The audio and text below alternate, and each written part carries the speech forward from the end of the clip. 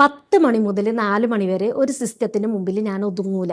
അവിടെ ഒതുങ്ങേണ്ട ആളല്ല ഞാൻ. എനിക്ക് എൻ്റെ ഉള്ളിൽ ഒരു ഇൻറ്റ്യൂഷനാണ് എന്നെ ശരിക്കും ഒരു പുറലോകം കാണിച്ചത്. My mother is my role model എന്ന് പറഞ്ഞു. എനിക്ക് ഭയങ്കര എനിക്ക് അപ്പൊ കണ്ണ് നിറഞ്ഞു. ടീച്ചർ പറഞ്ഞു പോകുമ്പോൾ എനിക്ക് കണ്ണിന്ന് ഇങ്ങനെ വിളക്കാനും ഒരിക്കലും ഞാൻ അവന് എക്സ്പെക്ട് ചെയ്തിട്ടില്ല. പക്ഷെ മനസ്സിലായി, അവന് ഫുൾ എന്നെ വാച്ച് ചെയ്തോണ്ടിരിക്കുക. ഒളിഞ്ഞിരിക്കും ഞാനാര്, അതായത് അവിടെ ഒരു അനുഗ്രഹം ഉണ്ട്. എനിക്ക് തോന്നിയത് രണ്ടുപേരും ആ ഒരു ഫെയിലിയർ കാണുന്ന രീതി ഞങ്ങൾ ഒരുപോലെ ഇടുന്നത്. അതെ, നമ്മളത് ഫെയിലിയർ ആയിട്ട്, കാരണം അതിനേലും അപ്പുറത്തേക്കാണ് ഈ 5 മക്കൾ കുഞ്ഞു മക്കളാണ്. അപ്പൊ അവിടുന്ന് തൊട്ടിട്ട് എനിക്കും ഇവരെയും ചേർത്ത് പിടിച്ചിട്ട് എനിക്കും എന്തൊക്കെ എൻ്റെ ആഗ്രഹങ്ങൾ ഉണ്ടായിരുന്നു. അതിൻ്റെ എന്തൊക്കെയായിരുന്നു എൻ്റെ ഉള്ളിലിട്ട് ആ കുത്തിയിരുന്നത് എന്നുള്ളത് ശരിക്കും എനിക്ക് മനസ്സിലായി. ഞാൻ വീണ്ടും, എനിക്കിപ്പോഴും ഓർമ്മയുണ്ട്, JC 3rd ഡേ ഞാൻ സ്റ്റാർട്ട് ചെയ്തു, വീണ്ടും പഠനം സ്റ്റാർട്ട് ചെയ്തു. ഇൻസൈറ്റ്സിൽ വന്നുകൊണ്ടിരിക്കുന്ന എല്ലാവരും പറഞ്ഞുകൊണ്ട് നിൽക്കുന്ന ഒരു എലിമെന്റ് ആണിത്. What you seek is seeking you. എനിക്ക് തോന്നുന്നത് മ്യൂച്വൽ ആണ്. നമ്മൾ തേടുന്നത് നമ്മളെയും തേടുന്നു എന്ന് പറയുന്ന പോലെ തന്നെ. കാരണം അത്രയും മാനിഫെസ്റ്റേഷൻ ഉണ്ടായിരുന്നു അവിടെ. ഓൾറെഡി ഞാൻ ബുർജ് ഖലീഫ പോയിട്ടുണ്ട്, മുന്നേ ബുർജ് ഖലീഫ, ബുർജുൽ അറബ്, ഇതെല്ലാം ഞാൻ എൻ്റെ ഡ്രീമിൽ പോയിട്ടുണ്ട്. ഇതെല്ലാം എന്നെ കൊണ്ട് പറ്റും ചെയ്തു. ഞാൻ വെക്കേഷന് പോയി ബുർജുൽ അറബ് വിസിറ്റ് ചെയ്തു, ബുർജ് ഖലീഫ ഉള്ളിൽ കയറാൻ പറ്റി. അങ്ങനെ ഒരുപാട്. വീട്ടിലെ റൂൾസ് എന്ന് പറയുന്നത്, ആർക്കാണോ എക്സാം ഉള്ളത് അവർ സ്റ്റുഡൻറ്റ്, എക്സാം ഇല്ലാത്തത് ആരാണോ അവർ പാരന്റ്. അങ്ങനെ റൂൾസ് ഞാൻ ആക്കിയതല്ല, പൊതുവെ അങ്ങനെ ആയി വന്നതാണ്. People who fear that pain, അവർക്ക് അതൊന്ന് വിഡ്രോ ചെയ്യാന്നുള്ളത് അവർക്ക് മുന്നിൽ ഒരു സംഭവമായിട്ട് നിൽക്കുന്നുള്ളൂ. അപ്പൊ അവിടെയാണ് നേരത്തെ റബീബ മാം ഒക്കെ പറയുന്നത്, നമ്മൾ സെൽഫിനെ അറിഞ്ഞ് എലവേറ്റ് ചെയ്ത് ഇവോൾവ് ചെയ്ത്. And I guess that's where a coach is very important അല്ലേ. ഒരുപാട് വീട്ടമ്മമാര് ബിരുദം കഴിഞ്ഞിട്ട്, ബിരുദാനന്തര ബിരുദം കഴിഞ്ഞിട്ട് ഈ ഒരു പേടിയിൽ അവിടെ സ്റ്റോപ്പാണ് അവരെ ലൈഫ്. എൻ്റെ കുടുംബത്തിലുണ്ട്, എൻ്റെ വീട്ടിലുണ്ട്, അവർ ഓൺലൈനിലൊക്കെ പോയി അറ്റൻഡ് ചെയ്യുന്നുണ്ട്, ഇതേമാതിരി ഓരോ ഇൻസ്റ്റിറ്റ്യൂട്ടിൽ പോയി അറ്റൻഡ് ചെയ്യുന്നുണ്ട്. പക്ഷെ അവർക്ക് സംസാരിക്കാൻ കഴിയണില്ല. സിറ്റുവേഷൻ എന്ത് തന്നെയാണെന്നുണ്ടെങ്കിലും പഠിക്കാനും വർക്ക് ചെയ്യാനും റെഡി ആണെങ്കിൽ എനിത്തിങ് ഇസ് പോസിബിൾ എന്നുള്ളതിന് 2 എക്സാമ്പിൾസ് ഇത് കേൾക്കണവർക്ക് ഉണ്ടാവും ഒരു വിചാരം, പിന്നെ അവർക്ക് പോണതിനും പോരുന്നതിനും ഒന്നും ഒരു ബുദ്ധിമുട്ടില്ല എന്നുള്ളത്. വീട്ടിൽ നിന്ന് ഇറങ്ങുന്ന സമയത്ത് ഒരുപാട് സ്ട്രഗ്ലിംഗ് പീരീഡ് നേരിട്ടിട്ടുണ്ട്. നമ്മുടെ ഉള്ളിലുള്ള ആ ഒരു ഇന്റൻഷൻ പ്യുവർ ആക്കുക, എങ്കിലെല്ലാം നമ്മളിലൂടെ എത്തേണ്ടത് ആ രീതിയിൽ തന്നെ എത്തിപ്പെടും എന്നുള്ളതിൽ എനിക്ക് അത്രയും ഫെയ്ത്ത് ഉണ്ട്. അതിൻ്റെ ഒരു എക്സാമ്പിൾ തന്നെയാണ് ഞാൻ. Hi everyone, welcome back to yet another episode of our Coaching Insights.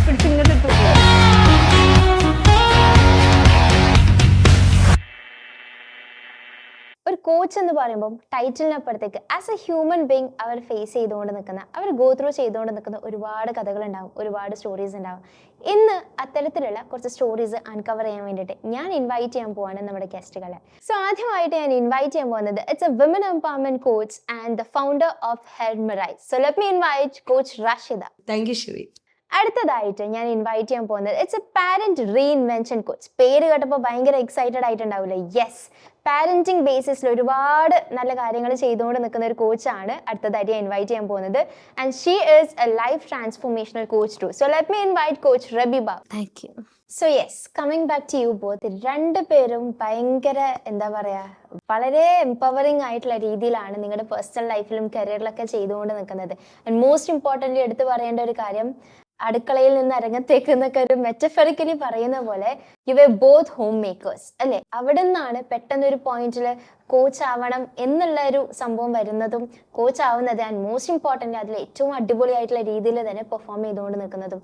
So ആദ്യം എനിക്ക് ചോദിക്കാനുള്ളത് അതുമായി ബന്ധപ്പെട്ടിട്ട് തന്നെയാണ്. ഒരുപാട് ലേഡീസ് ഉണ്ട്, ഇങ്ങനെ ആഗ്രഹമുണ്ട്, സ്വപ്നമുണ്ട്, എന്തെങ്കിലുമൊക്കെ ലൈഫിൽ ചെയ്തെടുക്കണം എന്ന് ആഗ്രഹിക്കുന്നുണ്ട്. പക്ഷേ ഒരു കറക്റ്റ് ഒരു ഡിസിഷൻ മേക്കിംഗ് ബേസിസിലേക്ക് വരാൻ പറ്റാതെ നിൽക്കുന്നവർ. അപ്പോൾ what was your point in your life where എനിക്ക് കോച്ച് ആവണം എന്ന് പറയുന്നതിന് കൂടെ തന്നെ അതിനൊരു ഡിസിഷൻ എടുത്തിട്ട് വരുന്നൊരു ശൈലിയും കൂടെ ഉണ്ടല്ലോ, അതൊക്കെ എത്തിച്ചിട്ടുള്ള ഒരു കാര്യം എന്തായിരുന്നു എന്ന് ഷെയർ ചെയ്യും? അത് കുറച്ച് ബാക്കിലോട്ട് പോയി പറയേണ്ടി വരും. കാരണം ഈ ഒരു ടീമിനെ പരിചയപ്പെടുന്നതിന് മുൻപുള്ള ഒരു ഞാനുണ്ടായിരുന്നു. അപ്പം അത് അത്രയും മക്കളായിട്ട് 5 മക്കളാണ് എനിക്ക്. അതുകൊണ്ട് ഞാൻ സ്ട്രഗ്ലിംഗ് പീരീഡ് തന്നെയായിരുന്നു. കുഞ്ഞു കുഞ്ഞു മക്കളാണ്. അപ്പോൾ ആ ഒരു സ്റ്റക്നെസ്സിൽ നിൽക്കുന്ന ടൈമാണ്. എന്ന് പറഞ്ഞാൽ ഭയങ്കരമായിട്ട് ഇമോഷണലി അല്ലെങ്കിൽ ഒന്നും ഭയങ്കരമായിട്ട് ഡൗൺ ആയിട്ട് നിൽക്കുന്ന ഒരു ടൈമാണ് ഞാൻ ഈ ഒരു ടീമിനെ പരിചയപ്പെടുന്നത്. നിജിത മാം വഴിയാണ്. ഞാൻ ഇൻസ്റ്റഗ്രാം ഒരു സ്റ്റോറിയോ എന്തോ കണ്ടിട്ടാണ് ഞാൻ അങ്ങനെ ആളുടെ ഒരു വാട്സപ്പ് ഗ്രൂപ്പിൽ ജോയിൻ ആയി. അങ്ങനെ അതുവഴി റിൻഷനെ ഒരു ദിവസം ഗസ്റ്റായിട്ട് വരികയായിരുന്നു. അങ്ങനെയാണ് ഞാൻ ഈ ഒരു ടീമിനെ പരിചയപ്പെടുന്നതും ആദ്യമായിട്ട് മെഗാ ഇവൻറ്റ് അറ്റൻഡ് ചെയ്യുന്നത്. അവിടെ നിന്നാണ് ഞാൻ ഇങ്ങനൊരു ടീമുണ്ട്, ഗൈഡ് മെൻറ്റേഴ്സിനൊക്കെ കാണുന്നത്. അന്ന് എന്താ പറയുക, കുഞ്ഞു മക്കളാണ് എനിക്ക്, ട്വിൻ ബേബീസ്. ലാസ്റ്റ് ബേബി അവരൊരു 6 മന്ത് ടൈമാണ്. അവരന്ന് വീട്ടിലാക്കിയിട്ട് ഇവിടുന്ന് കുറച്ച് കിട്ടിയ ഓൺലൈൻ ക്ലാസ് കാര്യങ്ങളൊക്കെ ഞാൻ ജോയിൻ ചെയ്തിട്ടുണ്ടായിരുന്നു. ആ ഒരു ഇതിൽ എനിക്ക് വേണ്ടിയിട്ടുള്ള എന്തോ ആണെന്ന് എനിക്ക് ഭയങ്കരമായിട്ടൊരു ഇത് തോന്നിയിരുന്നു. അങ്ങനെയാണ് ഞാൻ ഈ ഒരു മെഗാ ഇവൻറ്റ് മക്കളൊക്കെ ഉമ്മാനെ ഏൽപ്പിച്ചിട്ട് ആദ്യമായിട്ട്, അതുവരെ ഈ പറഞ്ഞ പോലെ മക്കളെ വിട്ടിട്ട് എവിടെയും പോയിട്ടില്ല, വീട്ടിൽ തന്നെ ഇരുന്ന് ആ ഈ ഒരു അടുക്കളയിൽ എന്നുള്ള ഇതിൽ തന്നെ ആയിരുന്നു, ആ ഒരു ഇതിൽ മക്കളായിട്ടുള്ളൊരു അവസ്ഥയിൽ ഇരിക്കുന്നൊരു സമയം തന്നെയായിരുന്നു. അങ്ങനെയാണ് ഈ ഒരു മെഗാ ഇവൻറ്റ്, അതും അത്രയും ദൂരമായിട്ട് ലെമറിഡിയിൽ വെച്ചിട്ടായിരുന്നു ഞാൻ അറ്റൻഡ് ചെയ്യുന്നത്. അവിടെ വന്ന സമയത്ത് ഇപ്പോഴും ആ ഒരു വൈബ്രേഷൻ എനിക്ക് ഫീൽ ചെയ്യും. കാരണം ലൈഫിൽ ഇതുവരെ എക്സ്പീരിയൻസ് ചെയ്യാത്തൊരു കാര്യമായിരുന്നു ഗൈഡിൻ്റെ. അതുപോലെ തന്നെ ഞാൻ ആരോ GTയിൽ പറഞ്ഞൊരു വേർഡ് തന്നെ ഉപയോഗിക്കുകയാണ്, മെൻറ്റേഴ്സിൻ്റെ മാലാഖമാരെന്ന് ആരോ പറഞ്ഞൊരു കാര്യം ഓർമ്മ വരുന്നുണ്ട്. ശരിക്കും അവിടെ നിന്ന് അതെനിക്ക് ഫീൽ ചെയ്തു. കാരണം അവരുടെ ആ ഒരു ചിരി ഹഗ്ഗിലൊക്കെ കിട്ടിയത് ഭയങ്കര ഒരു ബ്യൂട്ടിഫുൾ ആയിട്ട്, അതെനിക്ക് ഇപ്പോഴും ആ ഒരു കാര്യം ഭയങ്കര സ്പെഷ്യലായിട്ട് ഞാൻ ഓർക്കുന്ന ഒരു കാര്യമാണ്. മെൻറ്റേഴ്സിനെല്ലാം എങ്ങനെ ആവാം ഒരു ഹ്യൂമൻ എന്നുള്ളത് ശരിക്കും മനസ്സിലാക്കി തരുന്നൊരു ഇതായിരുന്നു ടീം എന്ന് പറഞ്ഞാൽ. അങ്ങനെ അവിടുന്ന് ആ ഒരു മെഗാ ഇവൻറ്റ് എന്ന് പറഞ്ഞാൽ അതിലും ഭയങ്കര ഒരു മനോഹരമായിട്ടായിരുന്നു. ഓരോ സെക്കൻഡും കഴിയല്ലേ എന്നുള്ളതിൽ കംപ്ലീറ്റ് ആയിട്ട് നിന്ന ഒരു ടൈമായിരുന്നു. കാരണം കുഞ്ഞു മക്കളാണ്, അതൊക്കെ വീട്ടിലാക്കിയിട്ടാണ് വന്നത്. പക്ഷേ ഫുള്ളായിട്ട് അവിടെ ഒരു കുഞ്ഞായി ഗൈഡ് പറയുന്ന പോലെ ഒരു കുഞ്ഞായിട്ട് അവിടെ ഇരിക്കാൻ പറ്റി. ഫുള്ളായിട്ട് അത് അത്രയും ഉള്ളിലേക്ക് അത് കിട്ടി എന്നുള്ളതാണ്. അവിടെ നിന്ന് തിരിച്ച് വരുന്ന സമയത്ത് ഞാൻ അതുവരെയുള്ള ഒരാളല്ല എന്ന് തന്നെ പറയാം. കാരണം ഇതുവരെ ഞാൻ എന്തിനായിരുന്നു ഇത്ര സ്ട്രഗിൾ, കാര്യം എന്തൊക്കെയോ ഞാൻ റെസ്പോൺസിബിലിറ്റീസ് എന്ന് പറഞ്ഞ് ഓടുകയായിരുന്നു, മക്കൾ, വീട്ടിൽ കുറേ കാര്യങ്ങൾ, ഇതെല്ലാം എൻ്റെ ബ്ലെസ്സിങ് ആയിരുന്നു എന്നുള്ളൊരു റിയലൈസേഷൻ ആയിരുന്നു എനിക്കത്. തിരിച്ച് വന്ന് അങ്ങനെ ഞാൻ നേരെ തന്നെ GC ആയിരുന്നു ഞാൻ ജോയിൻ ചെയ്തു. അന്നൊക്കെ എനിക്ക് കോച്ചിങ് ഒരിക്കലും ഞാൻ വിചാരിച്ചിട്ടില്ല. കാരണം ഞാൻ വിചാരിക്കുന്നത് എന്നെക്കൊണ്ട് എന്തെങ്കിലും ഒരു ജോലി ഇൻഡിപെൻഡൻ്റ് ആവണം.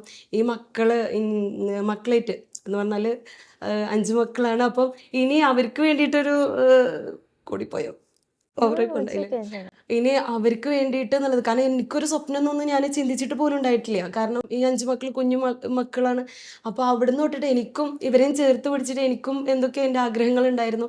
അതിൻ്റെ എന്തൊക്കെയായിരുന്നു എൻ്റെ ഉള്ളിലിട്ട് ആ കുത്തിയിരുന്നത് എന്നുള്ളത് ശരിക്കും എനിക്ക് മനസ്സിലായി. ഞാൻ വീണ്ടും, എനിക്കിപ്പോഴും ഓർമ്മയുണ്ട്, GC 3rd day ഞാൻ സ്റ്റാർട്ട് ചെയ്തു, വീണ്ടും പഠനം സ്റ്റാർട്ട് ചെയ്തു. 12 years ആയിട്ട് ബ്രേക്ക് ചെയ്തിരുന്നൊരു കാര്യമായിരുന്നു. 12 വർഷങ്ങൾക്ക് ശേഷം ഞാൻ വീണ്ടും ബുക്ക് എടുത്തു. ആ ബുക്ക് എടുക്കുമ്പോൾ കിട്ടിയൊരു ഫീൽ എന്ന് പറഞ്ഞാൽ ഭയങ്കര ഹാപ്പി ആയിട്ട്. ഗൈഡ് പറയുന്നൊരു കാര്യമുണ്ട്, എല്ലാം ലവ് കൊടുത്തിട്ട് ചെയ്യണം, ഒന്നും ഡിഫിക്കൽട്ടായിട്ട് എന്നുള്ളതല്ല. ആ ഒരു സ്നേഹം അതിലുണ്ടെങ്കിൽ എല്ലാം ഈസി ആവും എന്നുള്ളത്.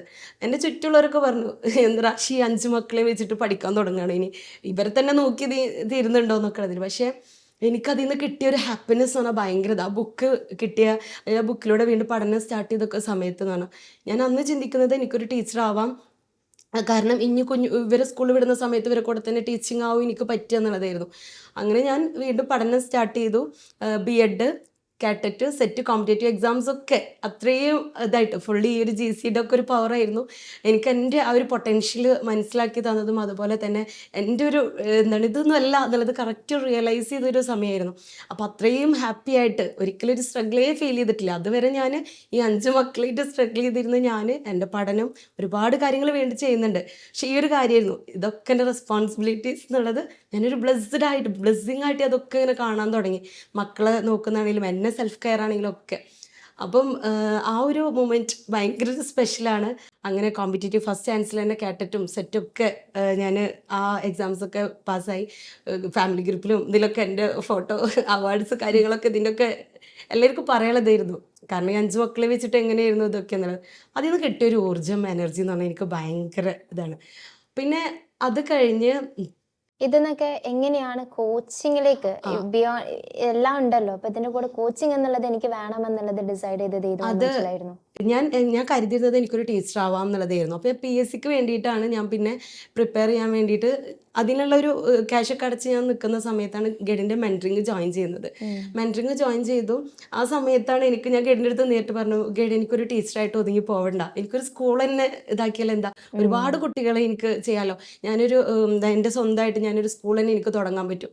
കാരണം അത്രയും എനിക്ക് ആ ഒരു എൻ്റെ മൈൻഡ് എക്സ്പാൻഷൻ അത്രയായി. കാരണം ആ ഒരു മൈൻഡ് സ്റ്റേറ്റൊക്കെ മാറി. കാരണം അത്രയും ഞാൻ നിന്നിരുന്ന ഒരാൾക്ക് ഇത്രയും എൻ്റെ ഒരു അച്ചീവ്മെൻറ്റ്സിനായിരുന്നു എന്നെ കൂടുതൽ അടുത്തേക്കായിട്ട് എനിക്ക് ഭയങ്കരമായിട്ടൊരു ഇൻസ്പിറേഷൻ എന്നുള്ളത്. അങ്ങനെ അതെ. അപ്പോൾ അങ്ങനെ ആ ഒരു ഇതിൽ ഞാൻ ഗൈഡിൻ്റെ അടുത്ത് അപ്പോൾ പറഞ്ഞതായിരുന്നു, ഗൈഡ് എനിക്കൊരു ടീച്ചറായിട്ട് ഒതുങ്ങണ്ട, എനിക്കതിലപ്പുറത്തേക്ക് വേണം എന്നുള്ളത്. അങ്ങനെ ഞാൻ അതവിടെ ഇട്ട് ടീച്ചിങ് എന്നുള്ളത് ഞാൻ കുറച്ചവിടെ മാറ്റി വെച്ചു. ഞാൻ പിന്നെ എനിക്ക് GCTP എന്നുള്ളത് ഒരു ഡ്രീമായിരുന്നു. അങ്ങനെ GCTPയിലേക്ക് എത്തിയതിന് ശേഷമാണ് ഞാൻ മനസ്സിലാക്കിയത്. കാരണം എന്നെപ്പോലെ സ്ട്രഗിൾ ചെയ്യുന്ന, കാരണം ഒരുപാട് പേര്, കാരണം മുന്നേ എന്നെ കണ്ട ആളുകളുണ്ട്, ഞാൻ എന്ന ആളെ കുട്ടികളായിട്ട് സ്ട്രഗിൾ ചെയ്യുന്ന, അതിനിടയിൽ കിടന്ന് കഷ്ടപ്പെടുന്ന എന്നെ കണ്ട്, പിന്നെ ആ സമയത്ത് തന്നെ ഇതിലൂടെ പോകുന്ന സമയത്ത് വളരെ ബ്യൂട്ടിഫുൾ ആയിട്ട് ഞാൻ നന്നായി ഒരുങ്ങി, മക്കൾ നന്നായി ബ്യൂട്ടിയിൽ ഒരുക്കി, ഞാൻ ഫംഗ്ഷൻ ആണെങ്കിലും എന്താണ് നല്ല ഹാപ്പി ആയിട്ട് എൻ്റെ ഓരോ അച്ചീവ്മെൻറ്റ്സ് കാര്യങ്ങളൊക്കെ എൻ്റെ ചുറ്റുവട്ടത്തുള്ളവർ കാണുന്നുണ്ട്. അപ്പം അവരോരോ ക്വസ്റ്റ്യൻസ് കാര്യങ്ങൾ എന്നോട് ചോദിക്കുന്ന സമയത്താണ് എനിക്ക് തോന്നിയത്, എന്നെപ്പോലെ ഒരുപാട് പേരുണ്ട് ഇങ്ങനെ കുട്ടികൾ എന്ന് പറഞ്ഞാൽ സ്ട്രഗിൾ ചെയ്യുന്ന, ഒരുപാട് സ്വപ്നങ്ങളൊക്കെ മാറ്റി വെച്ചിട്ട് ഇനി എന്താണ്, ഇനി എനിക്ക് സ്വപ്നമില്ല, ഇനി മക്കളാണെന്നൊക്കെ പറഞ്ഞ് ഉള്ള ഒരുപാട് പേരുണ്ട്. അപ്പം അവർക്ക് എന്തുകൊണ്ട് ഒരു റോൾ മോഡലായിട്ട് എനിക്ക് തന്നെ ഒരു കോച്ചിങ് നില ലെവലിൽ എനിക്ക് നൽകിക്കൂടാ. കാരണം എൻ്റെ ഓവറോൾ ഒരു ചേഞ്ച് ആയിരുന്നു എന്ന് പറഞ്ഞാൽ എൻ്റെ മൈൻഡ് സെറ്റ് മാറി, എല്ലാം ഒരു വല്ലാത്തൊരു ഷിഫ്റ്റ് ആയിരുന്നു. എനിക്ക് ഒരുപാട് സ്വപ്നങ്ങളുണ്ടായി, വലിയ ബിഗ് ഡ്രീംസ് കാണാൻ തുടങ്ങി. അങ്ങനെയാണ് ആ ഒരു കോച്ചിങ്ങിലേക്ക് എത്തുന്നതും, പ്രത്യേകിച്ച് എസ്പെഷ്യലി ലേഡീസിലേക്ക് ഫോക്കസ് ചെയ്തിട്ട് ഹെംറൈസ് എന്ന് പറഞ്ഞൊരു ന്യൂ പ്രോജക്റ്റ് ലോഞ്ച് ചെയ്യുന്നതും ഈ ഒരു തുടക്കം. Wonderful, great, super. ഇതേപോലെ തന്നെ സൈഡിലിരിക്കുന്ന ഒരാളും ഭയങ്കര അടിപൊളിയായിട്ട് തന്നെ എന്താ പറയുക, വിമൻ എംപവർമെന്റ് ഒരു സൈഡിലൂടെ നടക്കുമ്പോൾ അതേപോലെ തന്നെ നെസസറി ആയിട്ട് നിൽക്കുന്ന ഒരു ഫീൽഡാണ് പാരന്റിങ്, അല്ലേ? അപ്പം how was your journey to becoming a parenting coach? ഇതിലേക്ക് വരുന്നത് ഇപ്പോൾ ഷെറി നേരത്തെ പറഞ്ഞ പോലെ തന്നെ ഒരു കിച്ചണിൽ നിന്നാണ് തുടക്കം. 21 വർഷം ഒരു വീട്ടമ്മയായിരുന്നു. അതിനുശേഷം ഒരു അൽമിഫ്ത ഓൺലൈൻ അക്കാദമി പറഞ്ഞൊരു കോഴ്സ് ചെയ്തു, 3 മാസത്തെയായിരുന്നു. പിന്നെ ഈക്വലൻസിക്ക് ഇറങ്ങി, ഈക്വലൻസി +1 +2. ആ സമയത്താണ് എനിക്ക് ജോബ് വേണമെന്ന് ഒരു തോന്നലുണ്ടായത്. ആ ഒരു തോന്നലാണ് ഇപ്പോൾ എന്നെ അവിടെ കൊണ്ടെത്തിച്ചത്. ആ സമയത്ത് ഞാൻ +1 ചെയ്തുകൊണ്ടിരിക്കുമ്പോൾ ജോബ് വേണമെന്ന് തോന്നിയിട്ടാണ് MS ഓഫീസ് പഠിച്ച കമ്പ്യൂട്ടർ.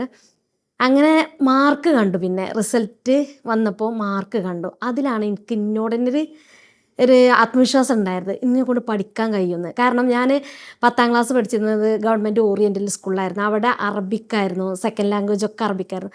അവിടെ ഞങ്ങൾക്ക് മലയാളമല്ല, മലയാളത്തിൽ ചില വാക്കുകൾ മീനിങ് ഒന്നും ഞങ്ങൾക്ക് അറിയില്ല. ആ സ്ഥാനത്ത് എനിക്ക് ഇവിടെ മലയാളത്തിൽ +1 21 വർഷത്തിന് ശേഷം ഞാൻ എഴുതിയിട്ട് മലയാളത്തിനാണ് ഫുൾ മാർക്ക് കിട്ടിയത്. അപ്പോഴാണ് എനിക്ക് മനസ്സിലായത് ഇല്ല, എന്നെക്കൊണ്ട് പഠിക്കാൻ കഴിയുമെന്നുള്ളത്. അപ്പോഴാണ് വീട്ടുകാരും തിരിച്ചറിഞ്ഞത്. അതുവരെ ഒരു തമാശ രൂപത്തിലോ അങ്ങനെയൊക്കെ പറയാം, അങ്ങനെ പോകുമായിരുന്നു. കാരണം ആരോടും പറഞ്ഞിരുന്നില്ല. ഞാൻ ആദ്യം അമ്മനോട് പറഞ്ഞിരുന്നു ആരോടും പറയണ്ടാന്ന്. കാരണം എന്താ വിചാരിച്ചാൽ ഞാൻ തോറ്റു പോകുന്നില്ല പേടിയിരുന്നു.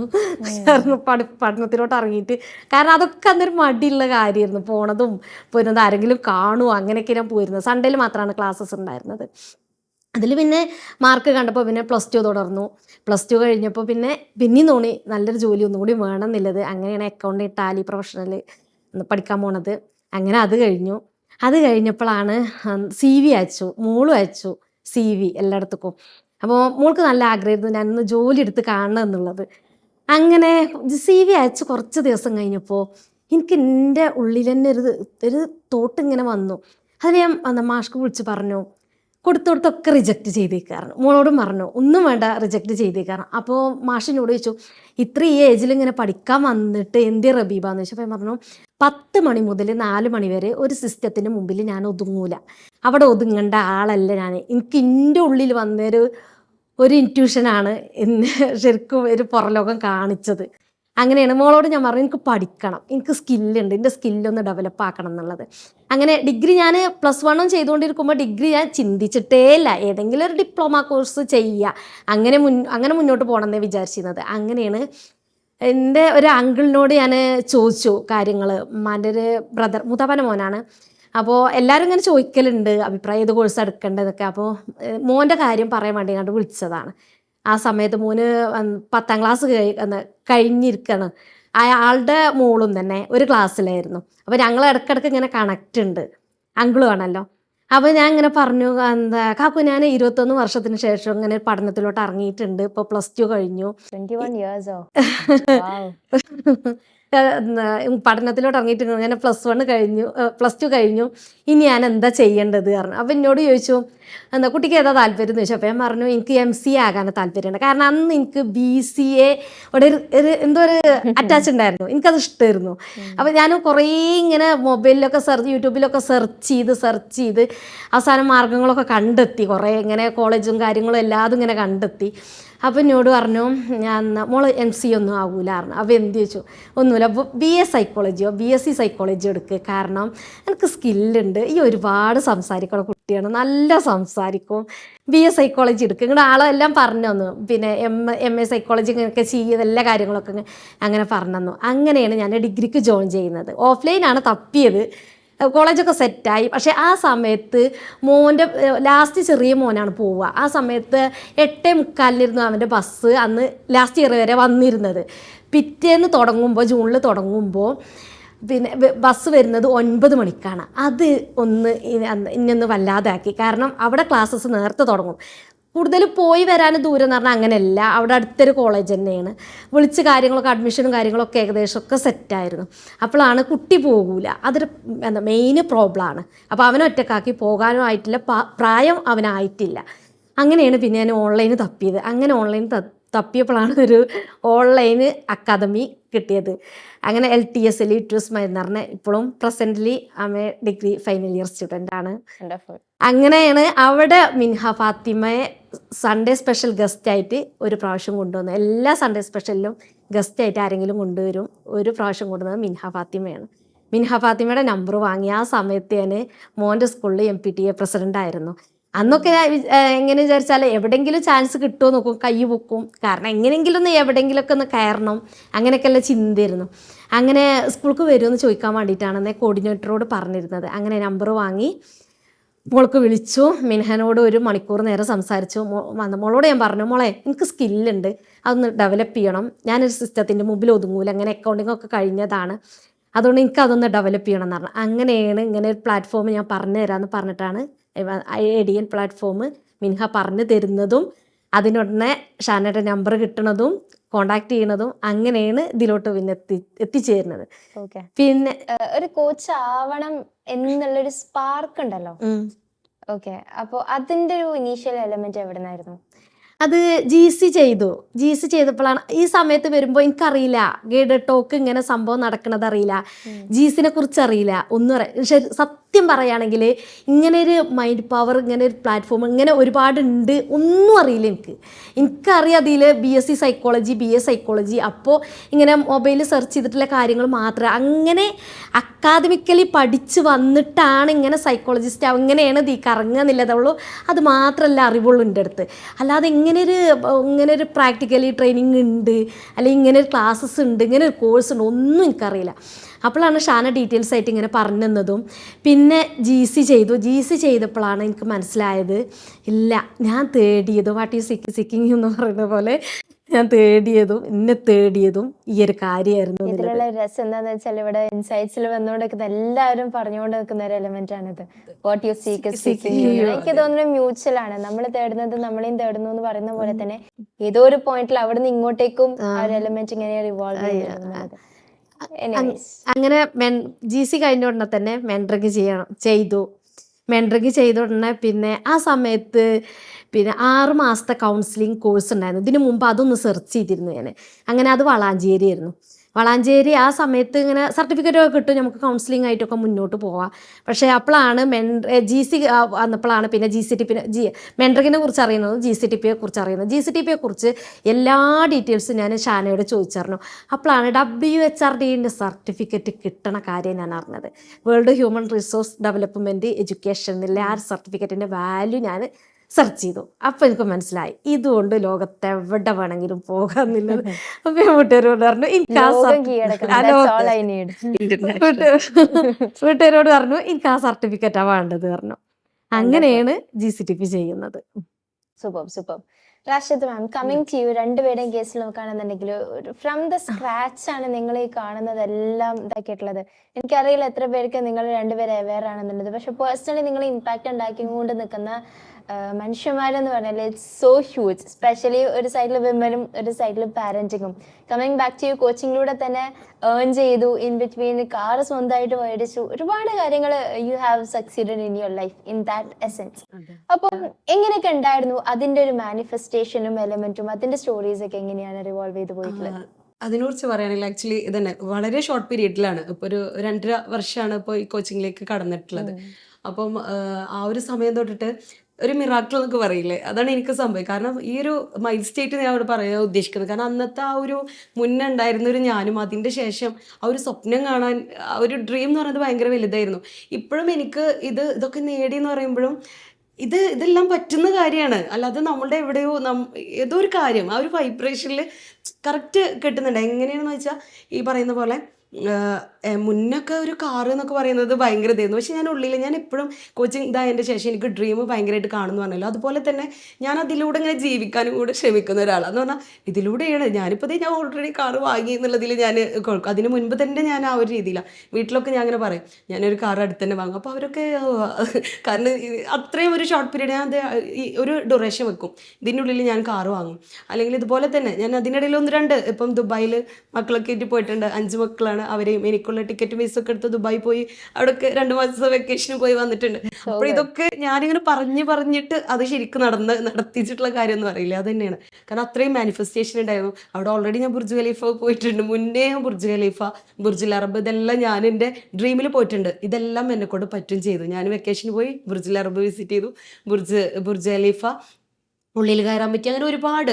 ഞാൻ അവിടെ മുൻപ് പോയിട്ടുണ്ട് ദുബായിൽ, പക്ഷെ അന്നൊന്നും പറ്റാത്ത കാര്യമായിരുന്നു ഈ ഒരു കോച്ചായിട്ട്. ആ ഒരു ഡ്രീമിൻ്റെയും അതുപോലെ തന്നെ നമ്മളുടെ ആ ഒരു ഉള്ളിലുള്ള ആ ഒരു നമ്മുടെ പറയുമല്ലോ ഗൈഡ് എപ്പോഴും പറയുന്നത് ആ വൈബ്രേഷൻ എനർജി എന്ന് പറയുന്നത് ഭയങ്കരമായിട്ട് അത് ഭയങ്കരമായിട്ട് ഫീൽ ചെയ്യുന്നുണ്ടായിരുന്നു. ആ ഒരു ഗ്രാറ്റിറ്റ്യൂഡ് ഓരോന്നവിടെ എക്സ്പീരിയൻസ് ചെയ്യുമ്പോഴും ആ ഉള്ളിലുള്ള ആ ഒരു ഇന്നർ ആ ഒരു ഭയങ്കര ഫീൽ തന്നെയായിരുന്നു. അപ്പോൾ അത് തന്നെയായിരുന്നു അടുത്തടുത്ത സ്റ്റെപ്പിലേക്കുള്ള ആ ഒരു ഇതെന്നുള്ളത്. അപ്പം വണ്ടി എടുക്കുമ്പോഴും ഇതുപോലെ തന്നെ ഞാൻ ആഗ്രഹിച്ച എൻ്റെ കയ്യിൽ ഉണ്ടായിരുന്നൊരു ഒരു വണ്ടി വേറെ ആയിരുന്നു. എന്നാൽ അത്രത്തോളം ഫിനാൻഷ്യലി അല്ലെ, അത് കാറാണ്. പക്ഷെ ഞാൻ ആ ഒരു കാറിനേലും ഒന്നുകൂടെ താഴെയുള്ള ഒരു കാറായിരുന്നു, അതിനുള്ളൊരു ബഡ്ജറ്റ് ആയിരുന്നു എൻ്റെ കയ്യിൽ. ഞാൻ ഫുൾ പേയ്മെന്റിൽ തന്നെയാണ് കേട്ടോ ഞാൻ ആ ഒരു എമൗണ്ട് അങ്ങനെ ആവാൻ വേണ്ടി സെറ്റ് ചെയ്തിട്ട്. പക്ഷേ എൻ്റെ ഒരു ഡ്രീമിലുള്ളത് മക്കളുടെയും ആഗ്രഹമുള്ള കാറ് വേറെ ആയിരുന്നു. പക്ഷേ അതിലേക്ക് തന്നെ എത്തി എന്നുള്ളതാണ്. ആ ഒരു കാർ തന്നെ ഞാൻ ആഗ്രഹിച്ച കാറിലേക്ക് തന്നെ എത്തി ആ ഒരു ടൈം ആകുമ്പോൾ എന്നുള്ളത്.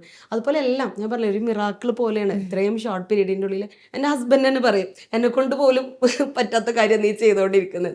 കാരണം ആൾ ഇത്രയും ടൈം എടുത്ത കുറേ കാര്യങ്ങളാണ് ഇത്രയും ഷോർട്ട് പീരീഡിൻ്റെ ഉള്ളിൽ ഞാൻ ചെയ്തുകൊണ്ടിരിക്കുന്നത്. അപ്പം ഇനിയും ഒരുപാട് ഡ്രീംസ് ഉണ്ട്, ഒരുപാട് വിഷൻ കാര്യങ്ങളൊക്കെ എനിക്കുണ്ട്. അപ്പോൾ അതിലേക്കുള്ള സ്റ്റെപ്പുകളായിട്ട് ഞാൻ അത് കാണുന്നുള്ളൂ. ഒരു ബിഗ് ഡ്രീം എനിക്കുണ്ട്, ഒരു ബിഗ് വിഷൻ ഉണ്ട്, അതിലേക്കുള്ള ഒരു പ്രയാണത്തിലാണ്. അപ്പോൾ അതുപോലെ തന്നെ ഞാൻ നമ്മുടെ കോച്ചിങ്ങിലാണെങ്കിലും ഞാൻ പറഞ്ഞല്ലോ ഒരുപാട് ലേഡീസാണ് ഹെമറൈസിൽ, അവർക്കും എന്നോടൊപ്പം തന്നെ അവരെ റൈസ് ചെയ്യുക എന്നുള്ളത് തന്നെയാണ്. കാരണം അവരും ഇതുപോലെ സ്റ്റക്കായ അവരുടെ അല്ലെങ്കിൽ എൻ്റെ സ്റ്റോറി തന്നെ മതി അവർക്ക് മോട്ടിവേഷൻ നൽകാനും. അതുപോലെ തന്നെ എൻ്റെ ഓരോ സ്റ്റെപ്പുകൾ തന്നെയാണ് ഞാൻ അവരിലൂടെ തന്നെ നൽകുന്നത് എന്നുള്ളത്. അപ്പം ഭയങ്കര ഈ ഒരു യാത്ര ഇങ്ങനെയായിരുന്നു. എൻ്റെ ഡ്രീംസ് കാര്യങ്ങളൊക്കെ അച്ചീവ് ചെയ്തിട്ട് അതിനിടയിൽ ഗൈഡിൻ്റെ പ്രീമിയം മെൻറ്റി ആവാൻ പറ്റി. അങ്ങനെ ഒരുപാട് കാര്യങ്ങൾ ഈ ഒരു ഷോർട്ട് പീരീഡിൻ്റെ ഉള്ളിൽ എനിക്ക് അച്ചീവ് ചെയ്യാൻ പറ്റിയിട്ടുണ്ട്. ഇനിയും അൽഹംദുലില്ലാ ഒരുപാട് ഉയരങ്ങളിലേക്കാണ്. ഇതിനിടയിൽ ഒരു കാര്യം കൂടെ ചോദിക്കാനുള്ളത്, ഇപ്പം പറഞ്ഞല്ലോ ഞാൻ ഒരുപാട് ആഗ്രഹിച്ച് നേടിയെടുത്തു എന്നുള്ളത്. ഇതേപോലെ ഡ്രീം ചെയ്യുന്ന ഒരുപാട് പേരുണ്ട്, സ്വപ്നങ്ങൾ കാണുന്നവരുണ്ട്, അല്ലെങ്കിൽ ആഗ്രഹിക്കുന്നവർ ഒബ്വിയസ്ലി ഒരുപാടുണ്ട്. എസ്പെഷ്യലി ലേഡീസ് ആകുമ്പോൾ ലിമിറ്റേഷൻസിന് ഇടയിൽ നിന്നിട്ടും അവിടെ നിന്ന് അപ്ലിഫ്റ്റ് ചെയ്ത് വരാനൊക്കെ ആഗ്രഹിക്കുന്നുണ്ട്. അപ്പൊ how do you think, what was your core thing? ഇപ്പം ആ ഒരു ഡ്രീം ചെയ്യാന്നുള്ളതിനപ്പുറത്തേക്ക് അച്ചീവ് ചെയ്യുന്ന സമയത്ത് നമ്മൾ ഹോൾഡ് ചെയ്യുന്ന ചില കോർ വാല്യൂസ് ഉണ്ടാവും, നമ്മൾ ബിലീവ് ചെയ്യുന്ന കുറെ കോർ ഫൗണ്ടേഷൻസ് ഉണ്ടാവും, അതായിരിക്കും നമ്മളെ ഈ പോയിന്റ് അവിടേക്ക് എത്തിക്കുന്നത്. റാഷിനെ സംബന്ധിച്ചിടത്തോളം അത്തരത്തിലുള്ള ഫൗണ്ടേഷൻസ് എന്തൊക്കെയായിരുന്നു? എനിക്ക് പറയാനുള്ളത്, ഇപ്പോൾ വിജയം സക്സസ് ഒക്കെ നമ്മൾ പറയുന്നുണ്ട്, അല്ലെങ്കിൽ ഡ്രീം, അതൊക്കെ അതിൻ്റെ കൂടെ തന്നെ എനിക്ക് തോന്നിയൊരു കാര്യം, ഇപ്പം നമ്മൾ അത് മാത്രം ഫോക്കസ് ചെയ്തിട്ട് അല്ലെങ്കിൽ ആ ഡ്രീമിലേക്ക് എത്താൻ വേണ്ടിയിട്ട് സ്ട്രഗിൾ ചെയ്തിട്ട് അതെന്നല്ല. ഞാൻ വിജയമാണെങ്കിൽ പരാജയം ഞാൻ ആസ്വദിക്കാൻ പഠിച്ചു. അതാണ് ആക്ച്വലി. കാരണം വിജയം പോലെ തന്നെ ആക്ച്വലി പരാജയം വന്നാലും അതും ഞാൻ ആസ്വദിക്കുന്നുണ്ട്. കാരണം അത് ഞാൻ അതിലേക്ക് എത്തും, അതെനിക്ക് ഉറപ്പുള്ള കാര്യമാണ്. ഞാനൊരു കാര്യം ഇപ്പം ആരും പറഞ്ഞ പോലെ തന്നെ ഞാൻ അവിടെ എടുത്തു വെച്ചിട്ടുണ്ട്. അത് ആ ഒരു പോയിന്റിലേക്ക് ആണ് എൻ്റെ ഫോക്കസ്. അതിൻ്റെ ഉള്ളിൽ വരുന്ന പരാജയമാണെങ്കിൽ പോലും ഞാൻ അതിൽ തളരുന്നില്ല ഒരിക്കലും. ഒത്തിരി പരാജയങ്ങളൊക്കെ സംഭവിച്ചിട്ടുണ്ട്, വിചാരിച്ചതെല്ലാം അതുപോലെ ആയിട്ടില്ല. പക്ഷെ അതും കൂടെ ആസ്വദിച്ചിട്ട് ഞാൻ പോയി തുടങ്ങി. പരാജയമാണെങ്കിലും അത് എന്നിലേക്കുള്ള അടുത്ത സ്റ്റെപ്പിലേക്കുള്ള എന്തൊക്കെയാണ് പഠിക്കാൻ വേണ്ടിയിട്ടാണെന്ന് കാണാനും അതും ഞാൻ ഇഷ്ടപ്പെട്ട് ആസ്വദിച്ച് തുടങ്ങിയതാണെന്ന് എനിക്ക് തോന്നുന്നൊരു കാര്യമല്ല. അത് ഞാൻ വെറും ഫോക്കസ് വിജയം ആകുമ്പോഴത്തേക്ക് ചിലപ്പോൾ നമ്മൾ ഡൗൺ ആയി, ചിലപ്പോൾ എന്തെങ്കിലും പരാജയം വരുമ്പോൾ നമുക്ക് ഡൗൺ ആയിപ്പോവും. അപ്പോൾ ഈ ഒരു കോർ വാല്യൂ ആണ് ഞാൻ അവിടെ കീപ്പ് ചെയ്തത്. രണ്ടിലും ഞാൻ സാറ്റിസ്ഫൈഡ് ആണ്, അൽഹംദുലില്ലാ. നല്ല ലെവലിലാണ്. റബീബ മാം, മാനിഫെസ്റ്റേഷൻ സ്റ്റോറീസിനെ കുറിച്ച് പറയുമ്പോൾ നിങ്ങൾക്കുണ്ട് ഇത്ര അടിപൊളിയായിട്ടുള്ള ഭയങ്കര റെലവെന്റ് ആയിട്ടുള്ള ലൈഫിൽ സംഭവിച്ചിട്ടുള്ള റീസെന്റ് സംഭവിച്ചു പോയിട്ടുള്ള ഒരു കാര്യം, ഏകദേശം 10 വർഷത്തോളം വെയിറ്റ് ചെയ്തു എന്ന് പറയുന്ന ഒരു സംഭവം. അപ്പം കോച്ചിങ് എന്ന് പറയുന്ന ഒരു എലമെന്റ്, അത്തരത്തിലൊരു അതെന്താണെന്നുള്ളത് മാം എന്നെ പറഞ്ഞിട്ട് നിങ്ങൾ അറിയും. അപ്പോൾ ആ ഒരു എലമെന്റിലേക്ക്, ആ ഒരു മാനിഫെസ്റ്റേഷനിലേക്ക് മാമിന് കോച്ചിങ് ഏത് രീതിയിലാണ് ഹെൽപ്പ് ചെയ്തിട്ടുള്ളത്? മാഷാ അല്ലാ, അൽഹംദുലില്ലാ. ഈ അടുത്താണ് ആ ഒരു കാര്യം സംഭവിച്ചത്. ഏത് വേറൊന്നല്ല, വീട് തന്നെയായിരുന്നു. Exactly. കുറച്ച് പ്രശ്നത്തിലായിരുന്നു, കടത്തിലായിരുന്നു. അപ്പൊ അതുകൊണ്ട് മക്കൾക്ക് അത് അവിടെ വിട്ടു പോകാൻ ഇഷ്ടമുണ്ടായിരുന്നില്ല. എന്നത് കടം നമുക്ക് വെക്കാനും പറ്റില്ല, അങ്ങനത്തെ ഒരു അവസ്ഥയിലായിരുന്നു. ഇപ്പം ഞങ്ങൾ താമസിക്കുന്നത് ഇപ്പം ഞങ്ങളെ വീട്ടിൽ തന്നെയാണ്. പിന്നെ കടമൊന്നുമില്ല, ഞങ്ങൾ ആഗ്രഹിച്ച വീട്ടിൽ തന്നെയാണ് താമസിക്കുന്നത്. മക്കൾ ആഗ്രഹിച്ച വീട്ടിൽ തന്നെയാണ് മുന്നോട്ട് പോകുന്നത്. അത് കോച്ചിങ്ങിൽ നോക്കുകയാണ്. നിങ്ങളുടെ ഒരു കോച്ചായി ഇറങ്ങി വന്നതിന് ശേഷം ഇത് ഞാൻ സംസാരിച്ചതാണ് എൻ്റെ വീട്ടുകാരോട്. കാരണം ഈ ഒരു പീരീഡിൽ ഫസ്റ്റിൽ കേട്ടപ്പോൾ, അതായത് ഞങ്ങളെ കയ്യിൽ നിന്ന് പോയ പോലെയായിരുന്നു ഒരു സംഭവം, അതായത് വീട് പോയ പോലെയായിരുന്നു ആ സംഭവം.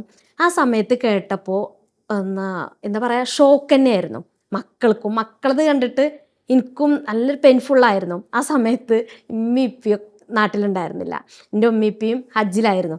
അപ്പോൾ ഒന്ന് കോൾ ചെയ്യാനോ ഒന്ന് സംസാരിക്കണം, ഹജ്ജിലല്ലേ, അതൊന്നിനും ഒരു വോയിസ് റെക്കോർഡ് വിടാനോ ഒന്നിനും നിവൃത്തിയില്ല. ആ ഒരു സമയത്ത് കൂടിയാണ് ഇങ്ങനെ കടന്നു പോകുന്നത്. അപ്പോൾ ആകെ കണക്റ്റ് എനിക്കുണ്ടായിരുന്നത്, എനിക്ക് ഇപ്പോൾ എൻ്റെ ജീവിതത്തിൽ ഇതേപോലെ തന്നെ ഒരുപാട് നല്ല ആളുകൾ വന്നു പോയിട്ടുണ്ട്, ഒരുപാട് നല്ല ആളുകൾ വന്നിട്ടുണ്ട്. മെയിനായിട്ട് പറയാനുള്ള ഇപ്പോൾ ഗൈഡ്, എൻ്റെ ബ്രദേഴ്സ്, എൻ്റെ മക്കൾ, അങ്ങനെ എല്ലാ ഹസ്ബൻഡിൻ്റെ വീട്ടുകാർ, എൻ്റെ വീട്ടുകാർ, എല്ലാവരും ഇപ്പോൾ എല്ലാവരും സപ്പോർട്ട് തന്നെയാണ്. പക്ഷെ എടുത്ത് പറയേണ്ടത് ഇങ്ങനെ ഇവർ 3 പേരും, ഗൈഡും എൻ്റെ ബ്രദേഴ്സും എൻ്റെ മക്കളും, അങ്ങനെ മുന്നോട്ട് പോകായിരുന്നു. അപ്പോൾ എനിക്കിതിൽ സംസാരിക്കാൻ എല്ലാം ഓപ്പണായിട്ട് പറയാൻ എൻ്റെ ബ്രദേഴ്സിനോടായിരുന്നു. അപ്പോൾ ഞങ്ങൾ തമ്മിലിരുന്ന് ഇങ്ങനെ കോണ്ടാക്റ്റ് കാര്യങ്ങളൊക്കെ ഉണ്ടായിരുന്നത്. അങ്ങനെ ആ സമയത്ത് ഞാൻ അവരോട് പറഞ്ഞൊരു കാര്യമുണ്ട്. ഉമ്മി ഹജ്ജൊക്കെ കഴിഞ്ഞ് വന്നിട്ട് പണ്ടത്തെ റബി ആയിരുന്നെങ്കിൽ ഒന്നുകിൽ റബിക്ക് മാനസികം പിടിക്കുമായിരുന്നു. എന്തായാലും ഈ മെൻ്റൽ ഹെൽത്തിൽ റബ്ബി ഇരിക്കൂല ഒരിക്കലും. കാരണം എന്താ വിചാരിച്ചാൽ ഓരോന്നും ഒരു ചലഞ്ചായിട്ട് എടുത്ത് അതിലോട്ട് ഇറങ്ങാൻ എന്നെ കൂടെ കഴിയുന്നുണ്ട്.